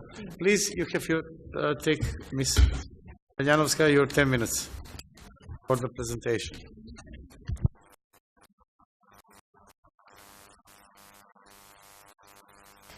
Ви благодарам. Значи, во името на професор Оливер Андонов и мое име, овој труд всушност би требало да предвиди една нова ера на креирање на политиките на локално ниво, односно ефективни јавни политики кои што ќе овозможат подобрување на нивото на безбедност на сообраќајот на патиштата. Така, рамката која што е опфатена во овој труд, всушност ќе представи потребата на стратешко активно делување во рамките на локалната самоуправа со цел зголемување на безбедноста на сообраќајот на патиштата, односно креирање на ефективни јавни политики кои што ќе овозможат на еден начин соработка помеѓу сите инволвирани страни, помеѓу кои и самите граѓани кои што се нормално директни учесници во рамките на сообраќајот. Секако овде всушност се повикуваме и на податоците добиени од Републичкиот совет на безбедност на сообраќајот на патиштата, кои се прокламирани во рамките на Националната стратегија за унапредување на безбедноста во сообраќајот на патиштата 2009-2014. Како основна хипотеза на која што се повикуваме е пред се потребата од пренесување на надлежностите од централно на локално ниво, со тоа што ќе се овозможи по-активно стратешко делување при имплементирање на локалните политики, а на тој начин и подобрување на безбедноста на сообраќајот на патиштата. Тоа би значило дека со самото пренесување на надлежностите на локалното ниво, локалната самоуправа, односно локалните власти ќе имаат поголем увид во она што на терен нормално се случува, односно ќе може полесно да ги детектираат ранливите групи и процесите кои што на еден начин би влијаеле да се намали, значи да се намалат несреќите на патиштата, односно да се унапреди безбедноста на сообраќајот на патиштата. Теоријскиот пристап можеме сликовито да го видиме во оваа рамка, односно целта е да прикажеме дека креирањето на јавните политики во државно ниво, а со тоа и на локално ниво, опфаќа приватна сфера, каде што сме сите ние граѓаните, компаниите, значи сите стейкхолдери, и од другата страна е самата држава, односно делување на национално ниво и делување на локално ниво. Секако дека во центарот се дебатите и дискусиите кои што ќе овозможат креирање на соодветно јавно мислење, а на тој начин всушност ние алудираме на донесувањето на ефективните јавни политики. Односно, ако увидиме дека во центарот на оваа шема е представена јавноста, ги увидуваме сите оние кои што влијаат на самата јавност, односно каде би требало да стигне пораката од креираната јавна политика, а тоа се значи медиумите, политичкиот пиар и нормално јавните политики. Овој циклус означува потреба од секогаш детектирање на социјалната значи цел во општеството, а ако ја сведеме на локално ниво, значи унапредување на безбедноста на сообраќајот на локално ниво, односно правилно дијагностицирање на проблемот и институциите кои што се меродавни за решавање на оваа проблематика, со цел да може ние да предложиме одредено решение и се разбира понатаму постојано да го мониторираме и евалуираме, односно да ги увидиме крајните ефекти од соодветната креирана јавна политика. Ако го сведеме ова значи на локално ниво, увидуваме дека всушност безбедноста на сообраќајот на патиштата не треба да се сведува само на индивидуален проблем, станува збор за глобален проблем од глобални рамки, односно потребно е да се развие свесност кај самото население, односно сите оние кои што се во моментот трпители на дејството, а тоа сме сите ние кои што учествуваме во рамките на значи во секојдневието на одвивање на сообраќајот. Односно тоа би значило секој граѓанин да може да си ја превземе својата одговорност и на тој начин да даде соодветен придонес како активен играч при креирање на соодветната јавна политика. Реализацијата на ваков тип на јавна политика секако дека треба да биде преку меѓуинституционална соработка и во овој контекст ќе го спомнеме значи повторно Републичкиот совет за безбедност на сообраќајот на патиштата како активно значи тело на владата кое што се грижи за спроведување на сите овие активности во соработка со останатите власти. Како да се изведе тоа на локално ниво? Значи, можеме да предложиме неколку алатки во интерес на времето, односно поентата е да се допре до секоја целна група, а знаете дека кога станува збор за безбедност на сообраќај на патиштата не можеме сегментирано да делуваме и од најмала до најстара возраст сите се учесници во сообраќајот. Значи, едукативен форум, партиципативно делување, споделување на искуствата со цел да се разрешат проблемите, пронаоѓање на најсоодветните приоди кои што би биле прилагодени нормално на проблематиките на локално ниво и едноставно да се изврши координација во однос на средување на урбаните средини, бидејќи тоа е можеби еден од најголемите проблеми со кои што се соочуваме, премин од рурално во урбана средина. Јавните политики секако треба да ги разгледаме накратко преку искуството на Република Македонија, односно која би не била овдека целта промоција на сите активности кои што се преземени за безбедност на сообраќајот на патиштата. Пред се би започнале со потребата од едукација на сите корисници, значи на сообраќајот, понатаму кооперација и координација помеѓу сите инволвирани страни, помеѓу владата, помеѓу локалните авторитети, правните лица и сите други холдери и особено битно објективно медиумско информирање со цел граѓаните да бидат свесни за моменталните случувања. Така. Ако тргнеме од придобивките кои што ги добиваме од Националната стратегија за безбедност на сообраќајот на патиштата, односно напредување 2009-2014, тука се предвидува всушност намалување на сообраќајните несреќи за 50% од 2009 до 2014, а како најголеми недостатоци во овој контекст е увидено несвесноста на населението за на еден начин за регулативи кои што постојат во областа на сообраќајот и на тој начин како истите би ги користеле за понатамошно така.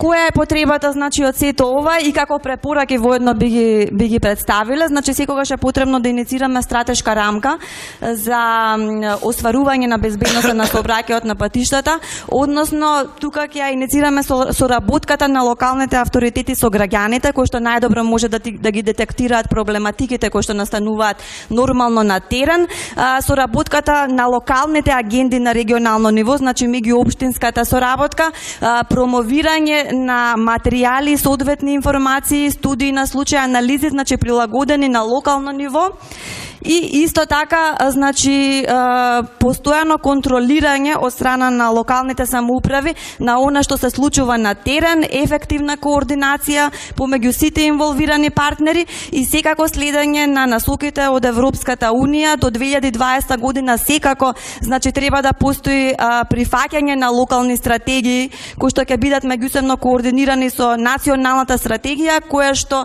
секако Републичкиот совет за безбедност на сообраќајот на патиштата во следната 2015-2020 година ќе се ориентира токму на оваа придобивка, односно прифаќање на локалните стратегии. Ете така, јас ви благодарам во интерес на времето. Thank you for your presentation.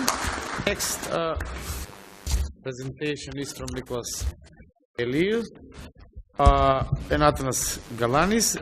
The presentation is Road Safety Audit Tools in Urban Areas, and please consider that we have limited time for presentation, 10 minutes. Sorry for... Thank you, Mr. Chairman. It's really an honor for us to be invited here to present our work, our scientific work, representing our country, Greece. Unfortunately, this is a technical presentation. I am qualified to do only technical presentations, so I'll try not to exhaust you with many details. The title is Road Safety Audit Tools in Urban Areas. Yes, but why in urban areas? Because in our country we have at least 40% of accidents with deaths or injuries, severe injuries in the cities. You know, Europe is a very dense populated area. Our roads, our urban roads are quite narrow, but that's what we have. So we must live with this. The tool is the road safety audit. We have road safety audit for rural networks, for motorways, but for urban streets we have nothing by means of common legislation in Europe. As you know, probably road crashes are caused by various factors that are quite sensitive. roadway environment, vehicle and road user. Road environment by means of geometry, construction, maintenance, traffic management, weather conditions, street lightings. Roadway environment in urban roads are by far more significant than in rural roads because it's too complex. Vehicle technical characteristics. Human is the weakest link in this system, so the road design should be around human needs. Yes, but unfortunately, Europe has a very, very big disadvantage. For instance, United States have one guideline, not guideline, regulation, the Green Book, that includes everything that is related to road design, whatever kind of road we have. In Europe, I think 28 members, we have 28 regulations, not one, 28. And they quite differ from each other, no just the designs or the verbal, but they differ in the philosophy. The philosophy of our regulation in Greece is quite similar to the German one, but it's quite different to the French or to the British one. Even the roundabout design is quite different as an approach in Greece than it is in French. Road safety audits are valuable tools used to evaluate road safety issues and to identify opportunities for improvement.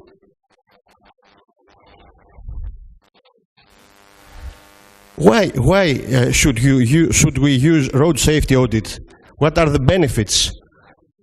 The benefits is that reduces the number and the severity of crashes.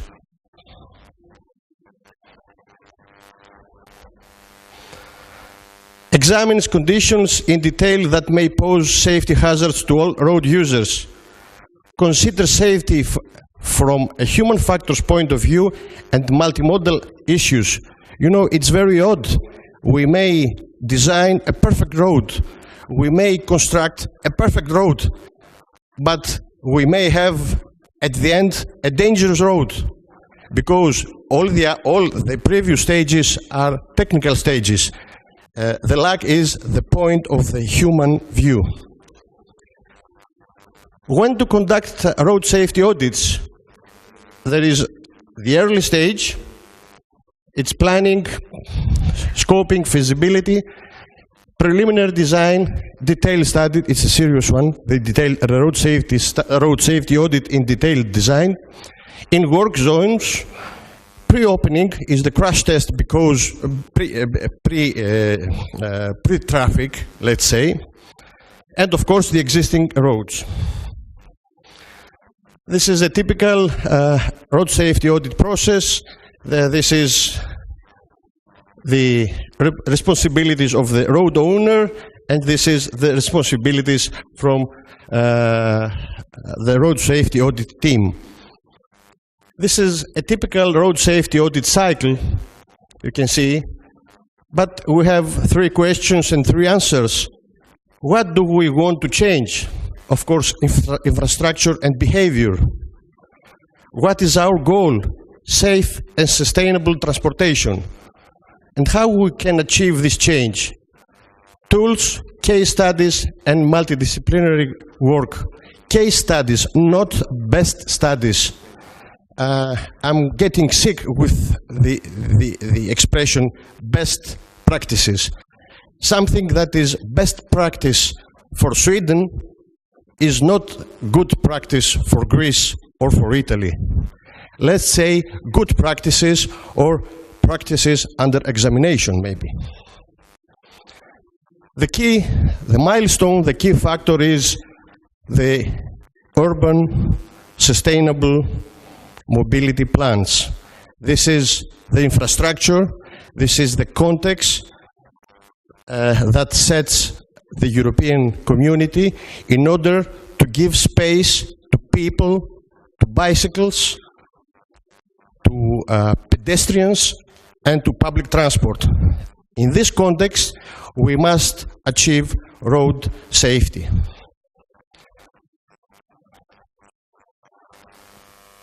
We had a lot of tools from 2002 till now related to audit in urban areas.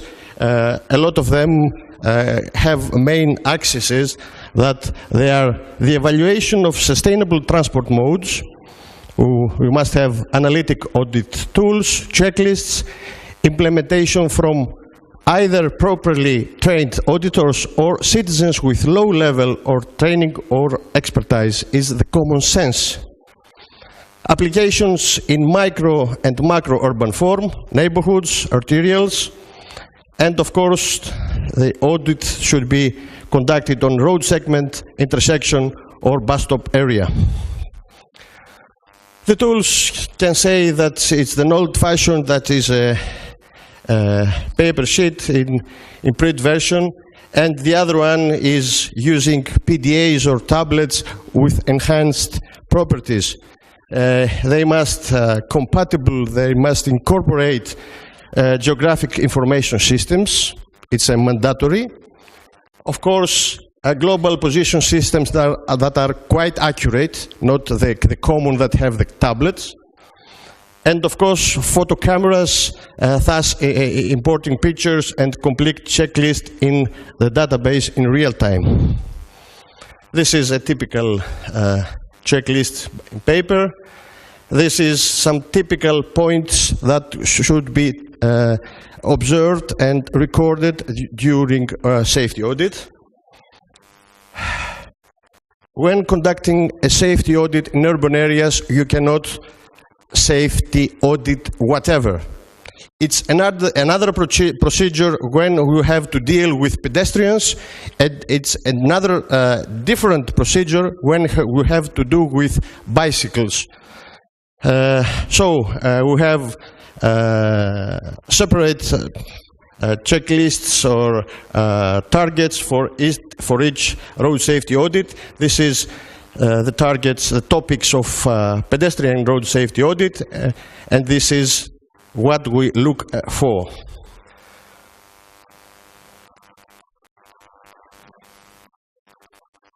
This is the methodology of pedestrian road safety and mobility audit. I do not have the time to explain all this analytically. Of course, I can answer to whatever question is related. We have implemented this methodology to our city where the headquarters of our university is, the city of Volos. It's like an open laboratory for us. And we have conducted safety audit through all the city. This is typical. This is, of course, this is Photoshop. You know, Greece has not enough money to do all these changes in their own cities. You can see the results of an audit and the proposal. These two. The same, let's say, is with the bikeways. It's the same about workflow. The same city, typical checklist. Of course, in Volos we have bikeways with high rank of dangerousness, because all these are obstacles, and unfortunately, due to the lack of European regulations, in a lot of European cities you can see this. This is an obstacle, and if a bicycle runs with a speed of 15 kilometers per hour, it's very normal, and goes on these metal or concrete elements, there will be a severe injury. Stu? Thank you very much for your attention. Thank you very much. Thank you. The next presentation is a seminar on sustainable road safety management, which will be presented by Mr. Ruud. Thank you. Yes.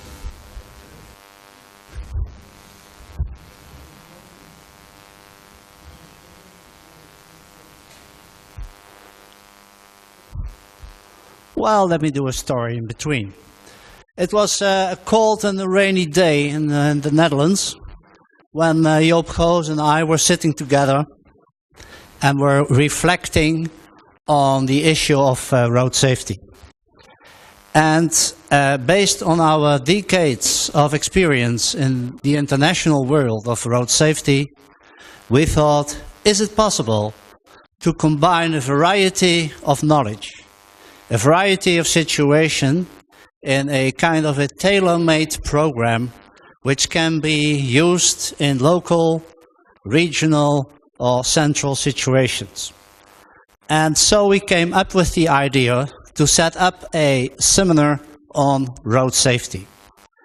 And we call that a sustainable road safety seminar because the effects of that seminar should not be some one-day butterfly, but should be sustainable and help the audience which are going to visit these seminars to do their work in a better way. Well, we made a kind of a global outline to make it a bit more concrete. We were thinking about a seminar of 5 days with a variety of a target group. The target group can be local authorities, can be volunteers, can be everyone. The more variety in a group, the better it is, because you need the variety of people, situations and organizations to make up a network for safe road safety management. It is not a way of working in which stories are told. No, it's a working session thing. So every participant in that workshop makes his or her own action plan. So after 5 days, you're ready to start with what you intended to do, perhaps a bit better after the knowledge you shared with each other. The result is that you refine your own thinking with the input we are giving to you and with the communication you are sharing with the other participants in the workshop.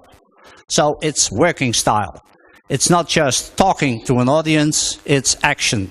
Because when you talk, you don't act. That's quite simple. So, we have 4 topics. Of course, the general issues for the importance of road safety. We have examples of case studies of road safety in the international world. We collected them. You have your own case studies. We have, and that's very important, developed a specific change theory for road safety, because one of the most difficult issues in road safety is how to change the attitude of the people, how to change the attitude of the road users, how to organize it in such a way that you have long-lasting effects and not you have a campaign and after 2 months it's over. A very important issue is how to organize the change. And in my long life experience in road safety, for me, this is one of the most difficult issues, but it's of high urgency. Also, important is how to set up and carry out projects with professionals in the local, regional, central issue. One of the main topics in this conference is, as you can see here, the role of local governments.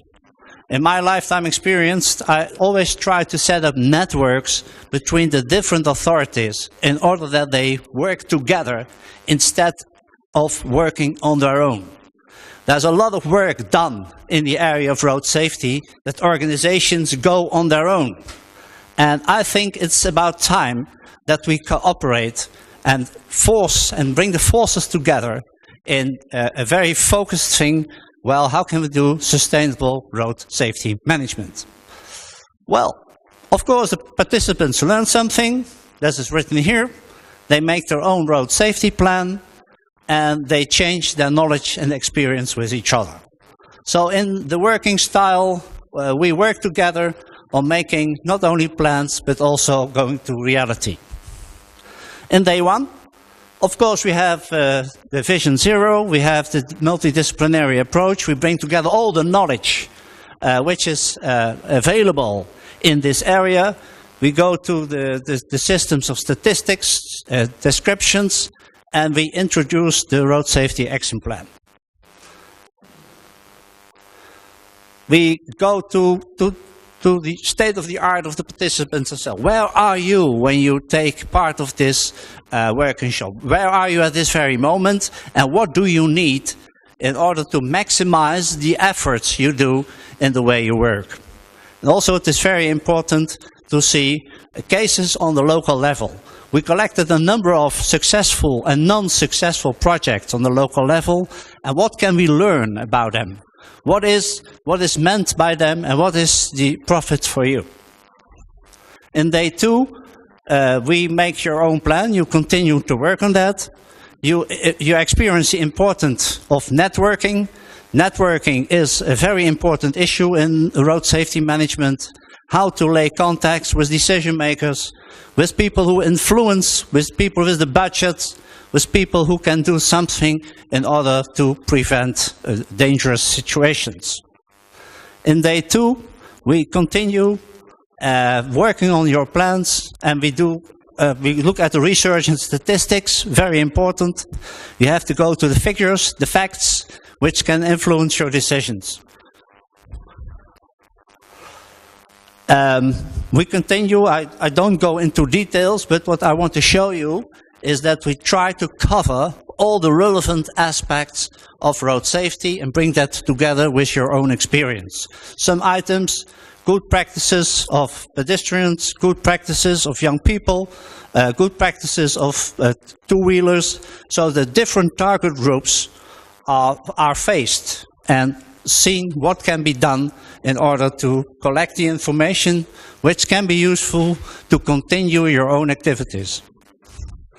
Well, day 3, we focus on strategies and tactics, not only on the higher level, but also on the level of operations. We hope you can experience that you can make your own strategy in your own situation, what is necessary. And of course, we focus on the end user, because the end user is the client of all your work. Whatever you do, it's very important that you reach the end user in a sustainable way. Well, the role of the media, of course, a lot of campaigns are going on everywhere in Europe, and some of the campaigns are successful, some are not. And what are the critical success factors for the campaigns? What can we learn for your own campaign, which you will carry out in the near future? But also the role and contribution of the different parties, and strategies, models of actions, but also coordination, peer-to-peer, to volunteers. So it's quite a lot, because there's a lot of work to do.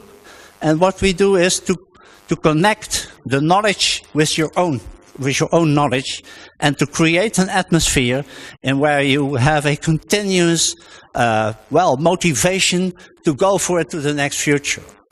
Joop and I think that if it is possible to collect this knowledge for you, it saves a lot of work, and it gives you a boost in motivation to go for the things you want to go for.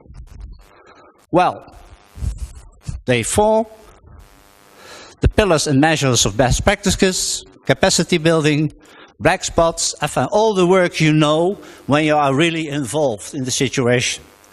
The most important thing is, what I want to share with you, is that we try to focus on a tailor-made program where we combine your knowledge with our knowledge in order to make the plans better, even better than they are now.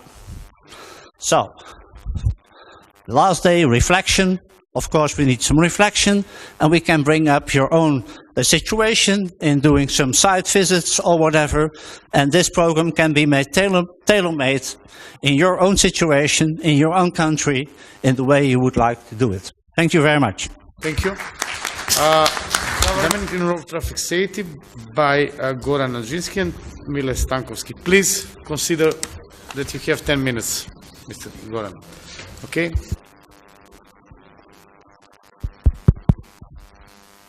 So the topic is, until it gets going, the topic is on the role of local government in road traffic safety. But since the authors, myself and Professor Stankovsky, are from the Department of Automatic Control at the Faculty of Electrical Engineering, we are going to give a slightly different approach to things.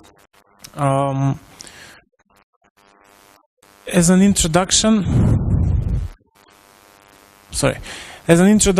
we had prepared the numbers, the grim figures of casualties and damages from road traffic accidents, but I think those were elaborated and will be elaborated today and tomorrow in great amounts, so I will not hang around here. Sorry.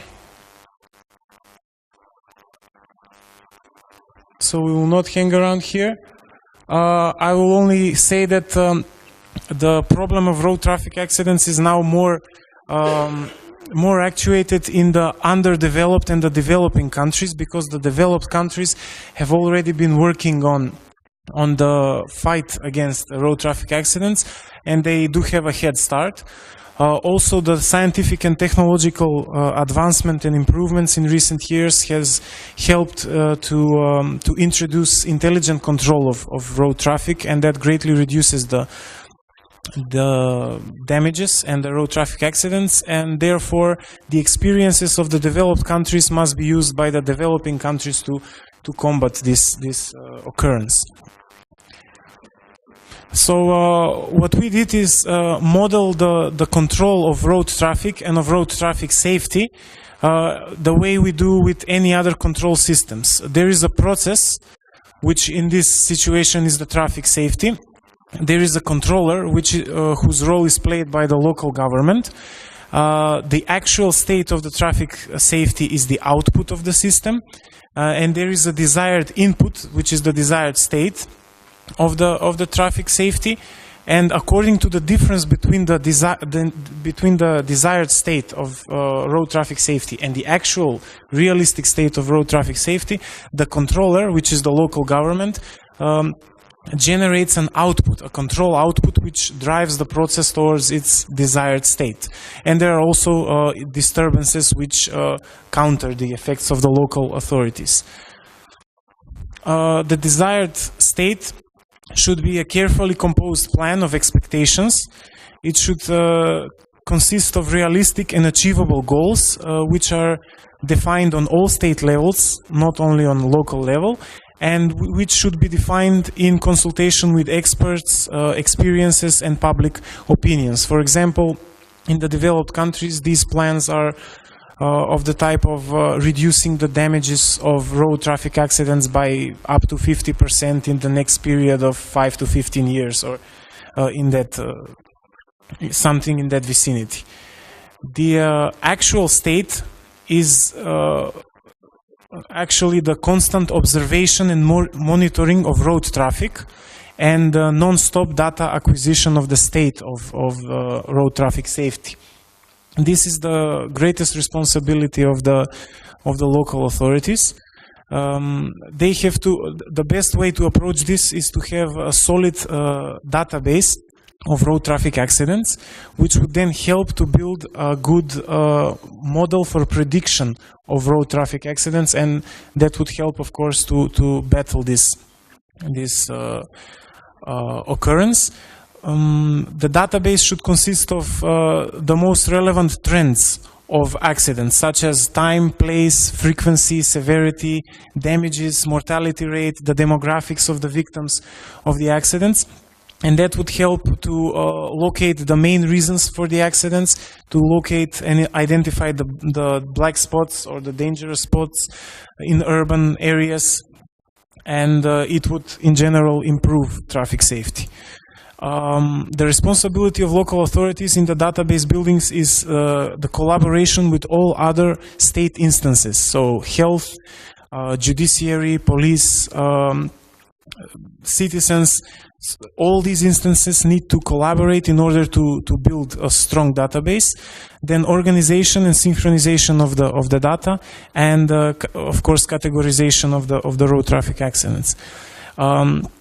Bad data bad prediction models, unexpected events like accidents or congestion of traffic or change in weather conditions, all these are the disturbances of the system, so they also have a negative effect on road traffic safety.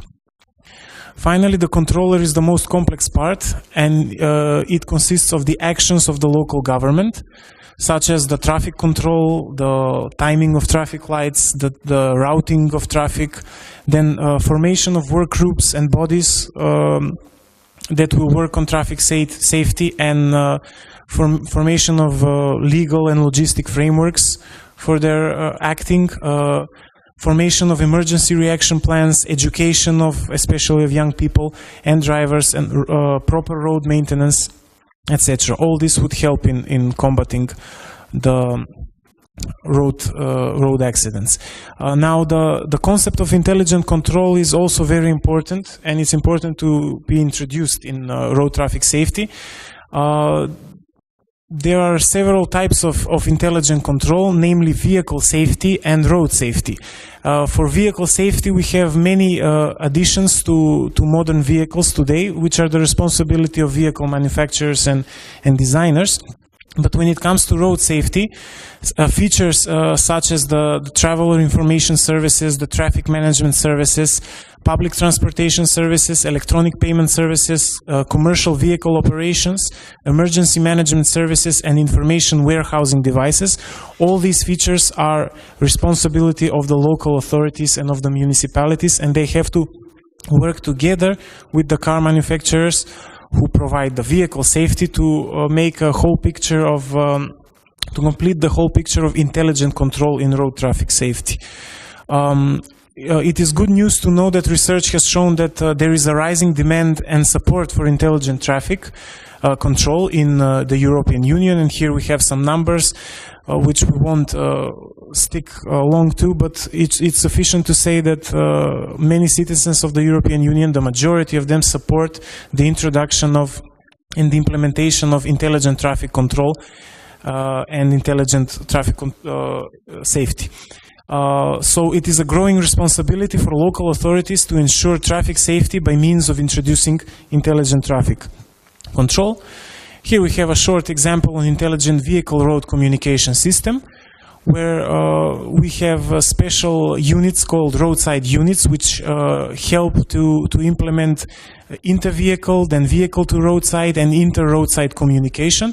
And this helps drivers, so all participants in traffic, but also the local authorities, to have complete control and knowledge over the actual state of the road, of the optimal routes, of the congestions, of the travel information, of emergency information, etc. There is already a positive example of intelligent control in road traffic safety in Macedonia. It is the Center of Traffic Management and Control, which has been working since summer of 2013. It has it is non-stop functional, and it's monitoring the state on more than 30 crossroads by means of optical observation and vehicle sensing, and it is controlling the timing of traffic lights, therefore controlling also traffic flows and reducing congestions and finding out optimal routes.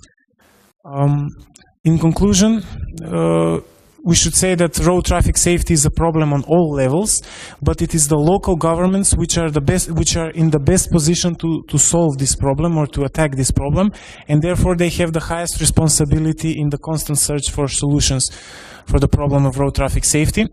Here we gave just a brief overlook of the tasks and duties of the municipalities and local governments in the fight to reduce the number of road traffic accidents. About more information, you could turn to the paper. And the need is evident for efficient cooperation and synchronization with other local and state institutions and bodies, and the implementation of a functional and capable intelligent system or systems for traffic control and or monitoring. Thank you very much. Thank you very much. Now we have the last presentation. This is bicycle transportation as a complex mode for the effects of overdependence on motorized transportation. Please take your floor, Mr.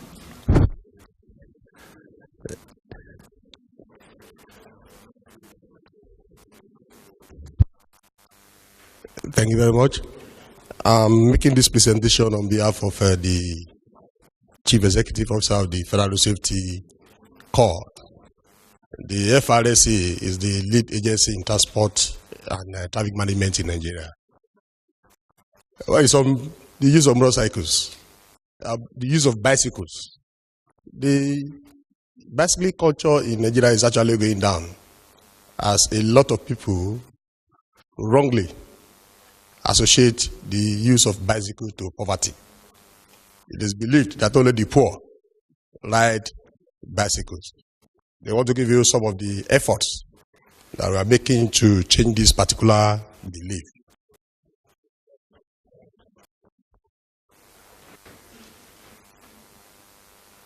Well, there's a lot of urbanization going on in Africa, as we're all aware, which means transportation will always be a major issue.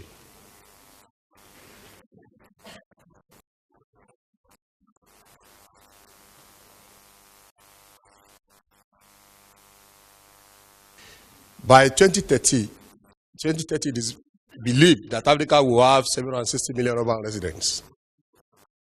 And more than 30% of this figure is expected to be in Nigeria, as the most populous country in Africa. Then by 2050, the figure is projected to grow to 1.2 billion.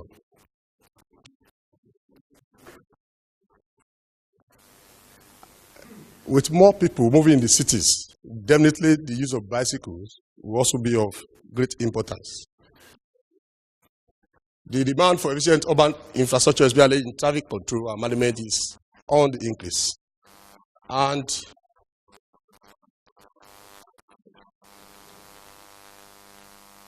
we believe the time for action in Africa, especially in Nigeria, is now.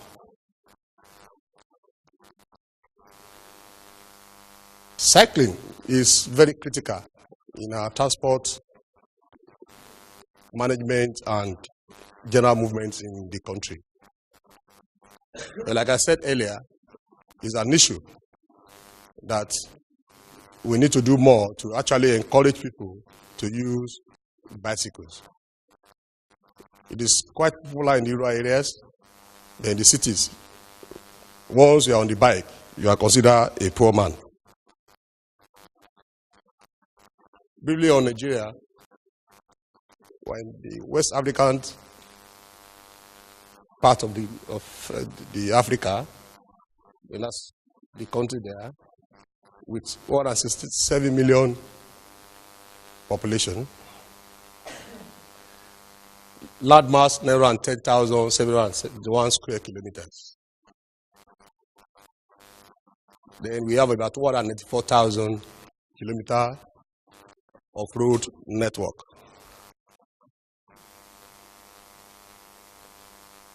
$9.7 million vehicles used by about 50% of urban population. The implications. On the daily basis, we spend about 4 billion naira, which is about $26 million US, on fuel consumption. And that means about 50% of Nigeria's contribution to the global CO2 emissions annually.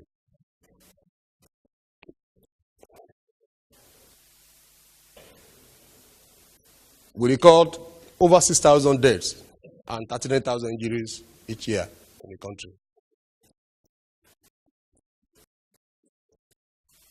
And with road traffic crashes, the health facilities are quite overstretched.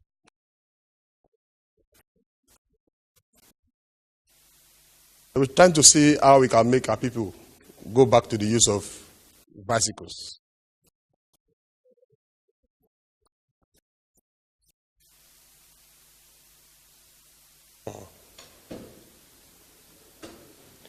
And these are some of the initiatives. We've had a policy document on the use of motorcycles with all the stakeholders involved. We have the National Cycling Policy and Strategy already in place.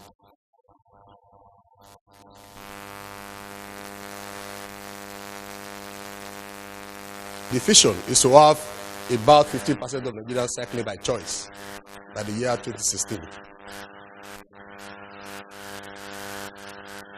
And with that, we will be able to secure 50% allocation of transport and road infrastructure budget for cycling to achieve 80% public awareness, 30% city roads with cycle facilities. It's just in few places like Abuja that we have cycle paths. But we want to improve on that. We want to go to more cities. Then we want 50% children within 5 kilometers to actually cycle to school on a daily basis. We want 20% workers cycling to their offices.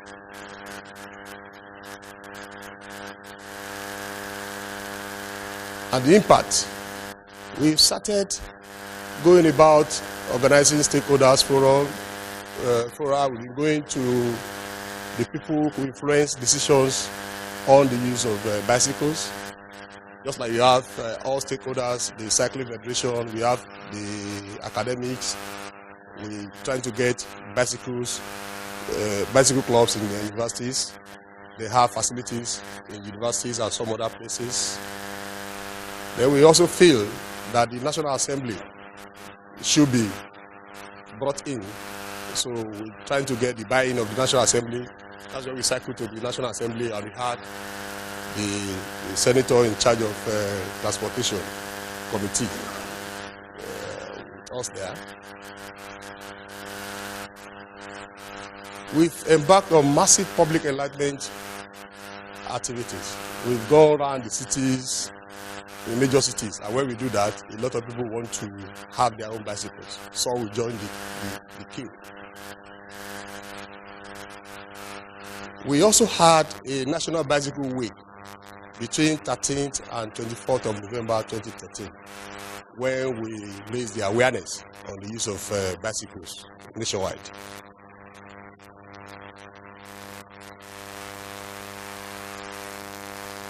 So far, we've done some activities which included rallies, going around the cities. We had workshops where people came up with different ideas on how to improve the facilities and what we could do to increase the awareness of people on the use of bicycles. We had bike arts in the cities to attract the attention of people. We made advocacy visits to policymakers, to ministers. We made advocacy visits to National Assembly people, the council chairmen, and all the people that we feel we have things to do with improvement in bicycling culture.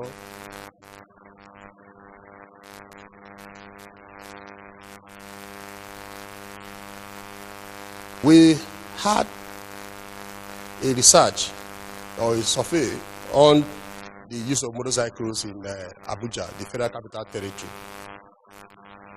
And we discovered that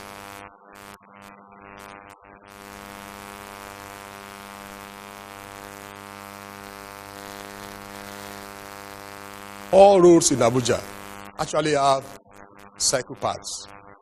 From the design of the road, it was intended that the residents of the city will use bicycles. But maybe because we've not been having the cyclists, some of these paths are encroached upon. Some are covered now by vegetation.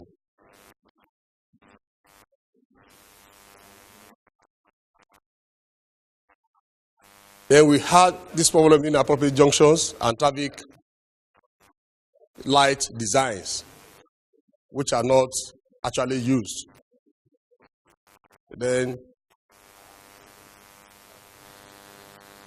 we met with the appropriate authorities who are already working on efforts to restore the use of bicycles in the culture, in the country, and also on the restoration of the facilities. Then our expectations, briefly. By 2017, we want to see 15% reduction in vehicle usage, meaning car owners should be able to ride at least once in a week. We also feel the outcome will lead to 15% reduction in time spent in traffic. Many of our cities are actually congested. And if you use bicycle, you'll be able to navigate your ways through the cities. The daily reduction of carbon dioxide emissions should be about 33 million pounds. Then we also feel the national fuel consumption will drop by about 5 billion liters, which means we should be able to save about $730 million US daily on the consumption of fuel using vehicles.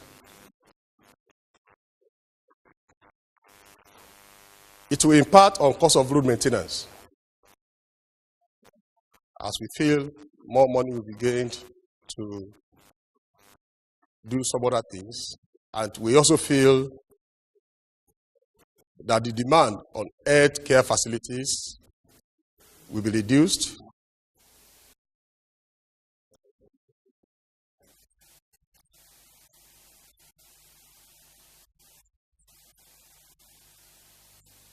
So we believe that cycling can move us to a zero fatality summit. We are determined to make bicycle the personal computer of the 21st century in Nigeria. Thank you. Thank you for your presentation. And now, before closing session number 2, an important announcement. You can take your attendance certificate on the registration desk, and also, as it was previously announced, it will be another family photo.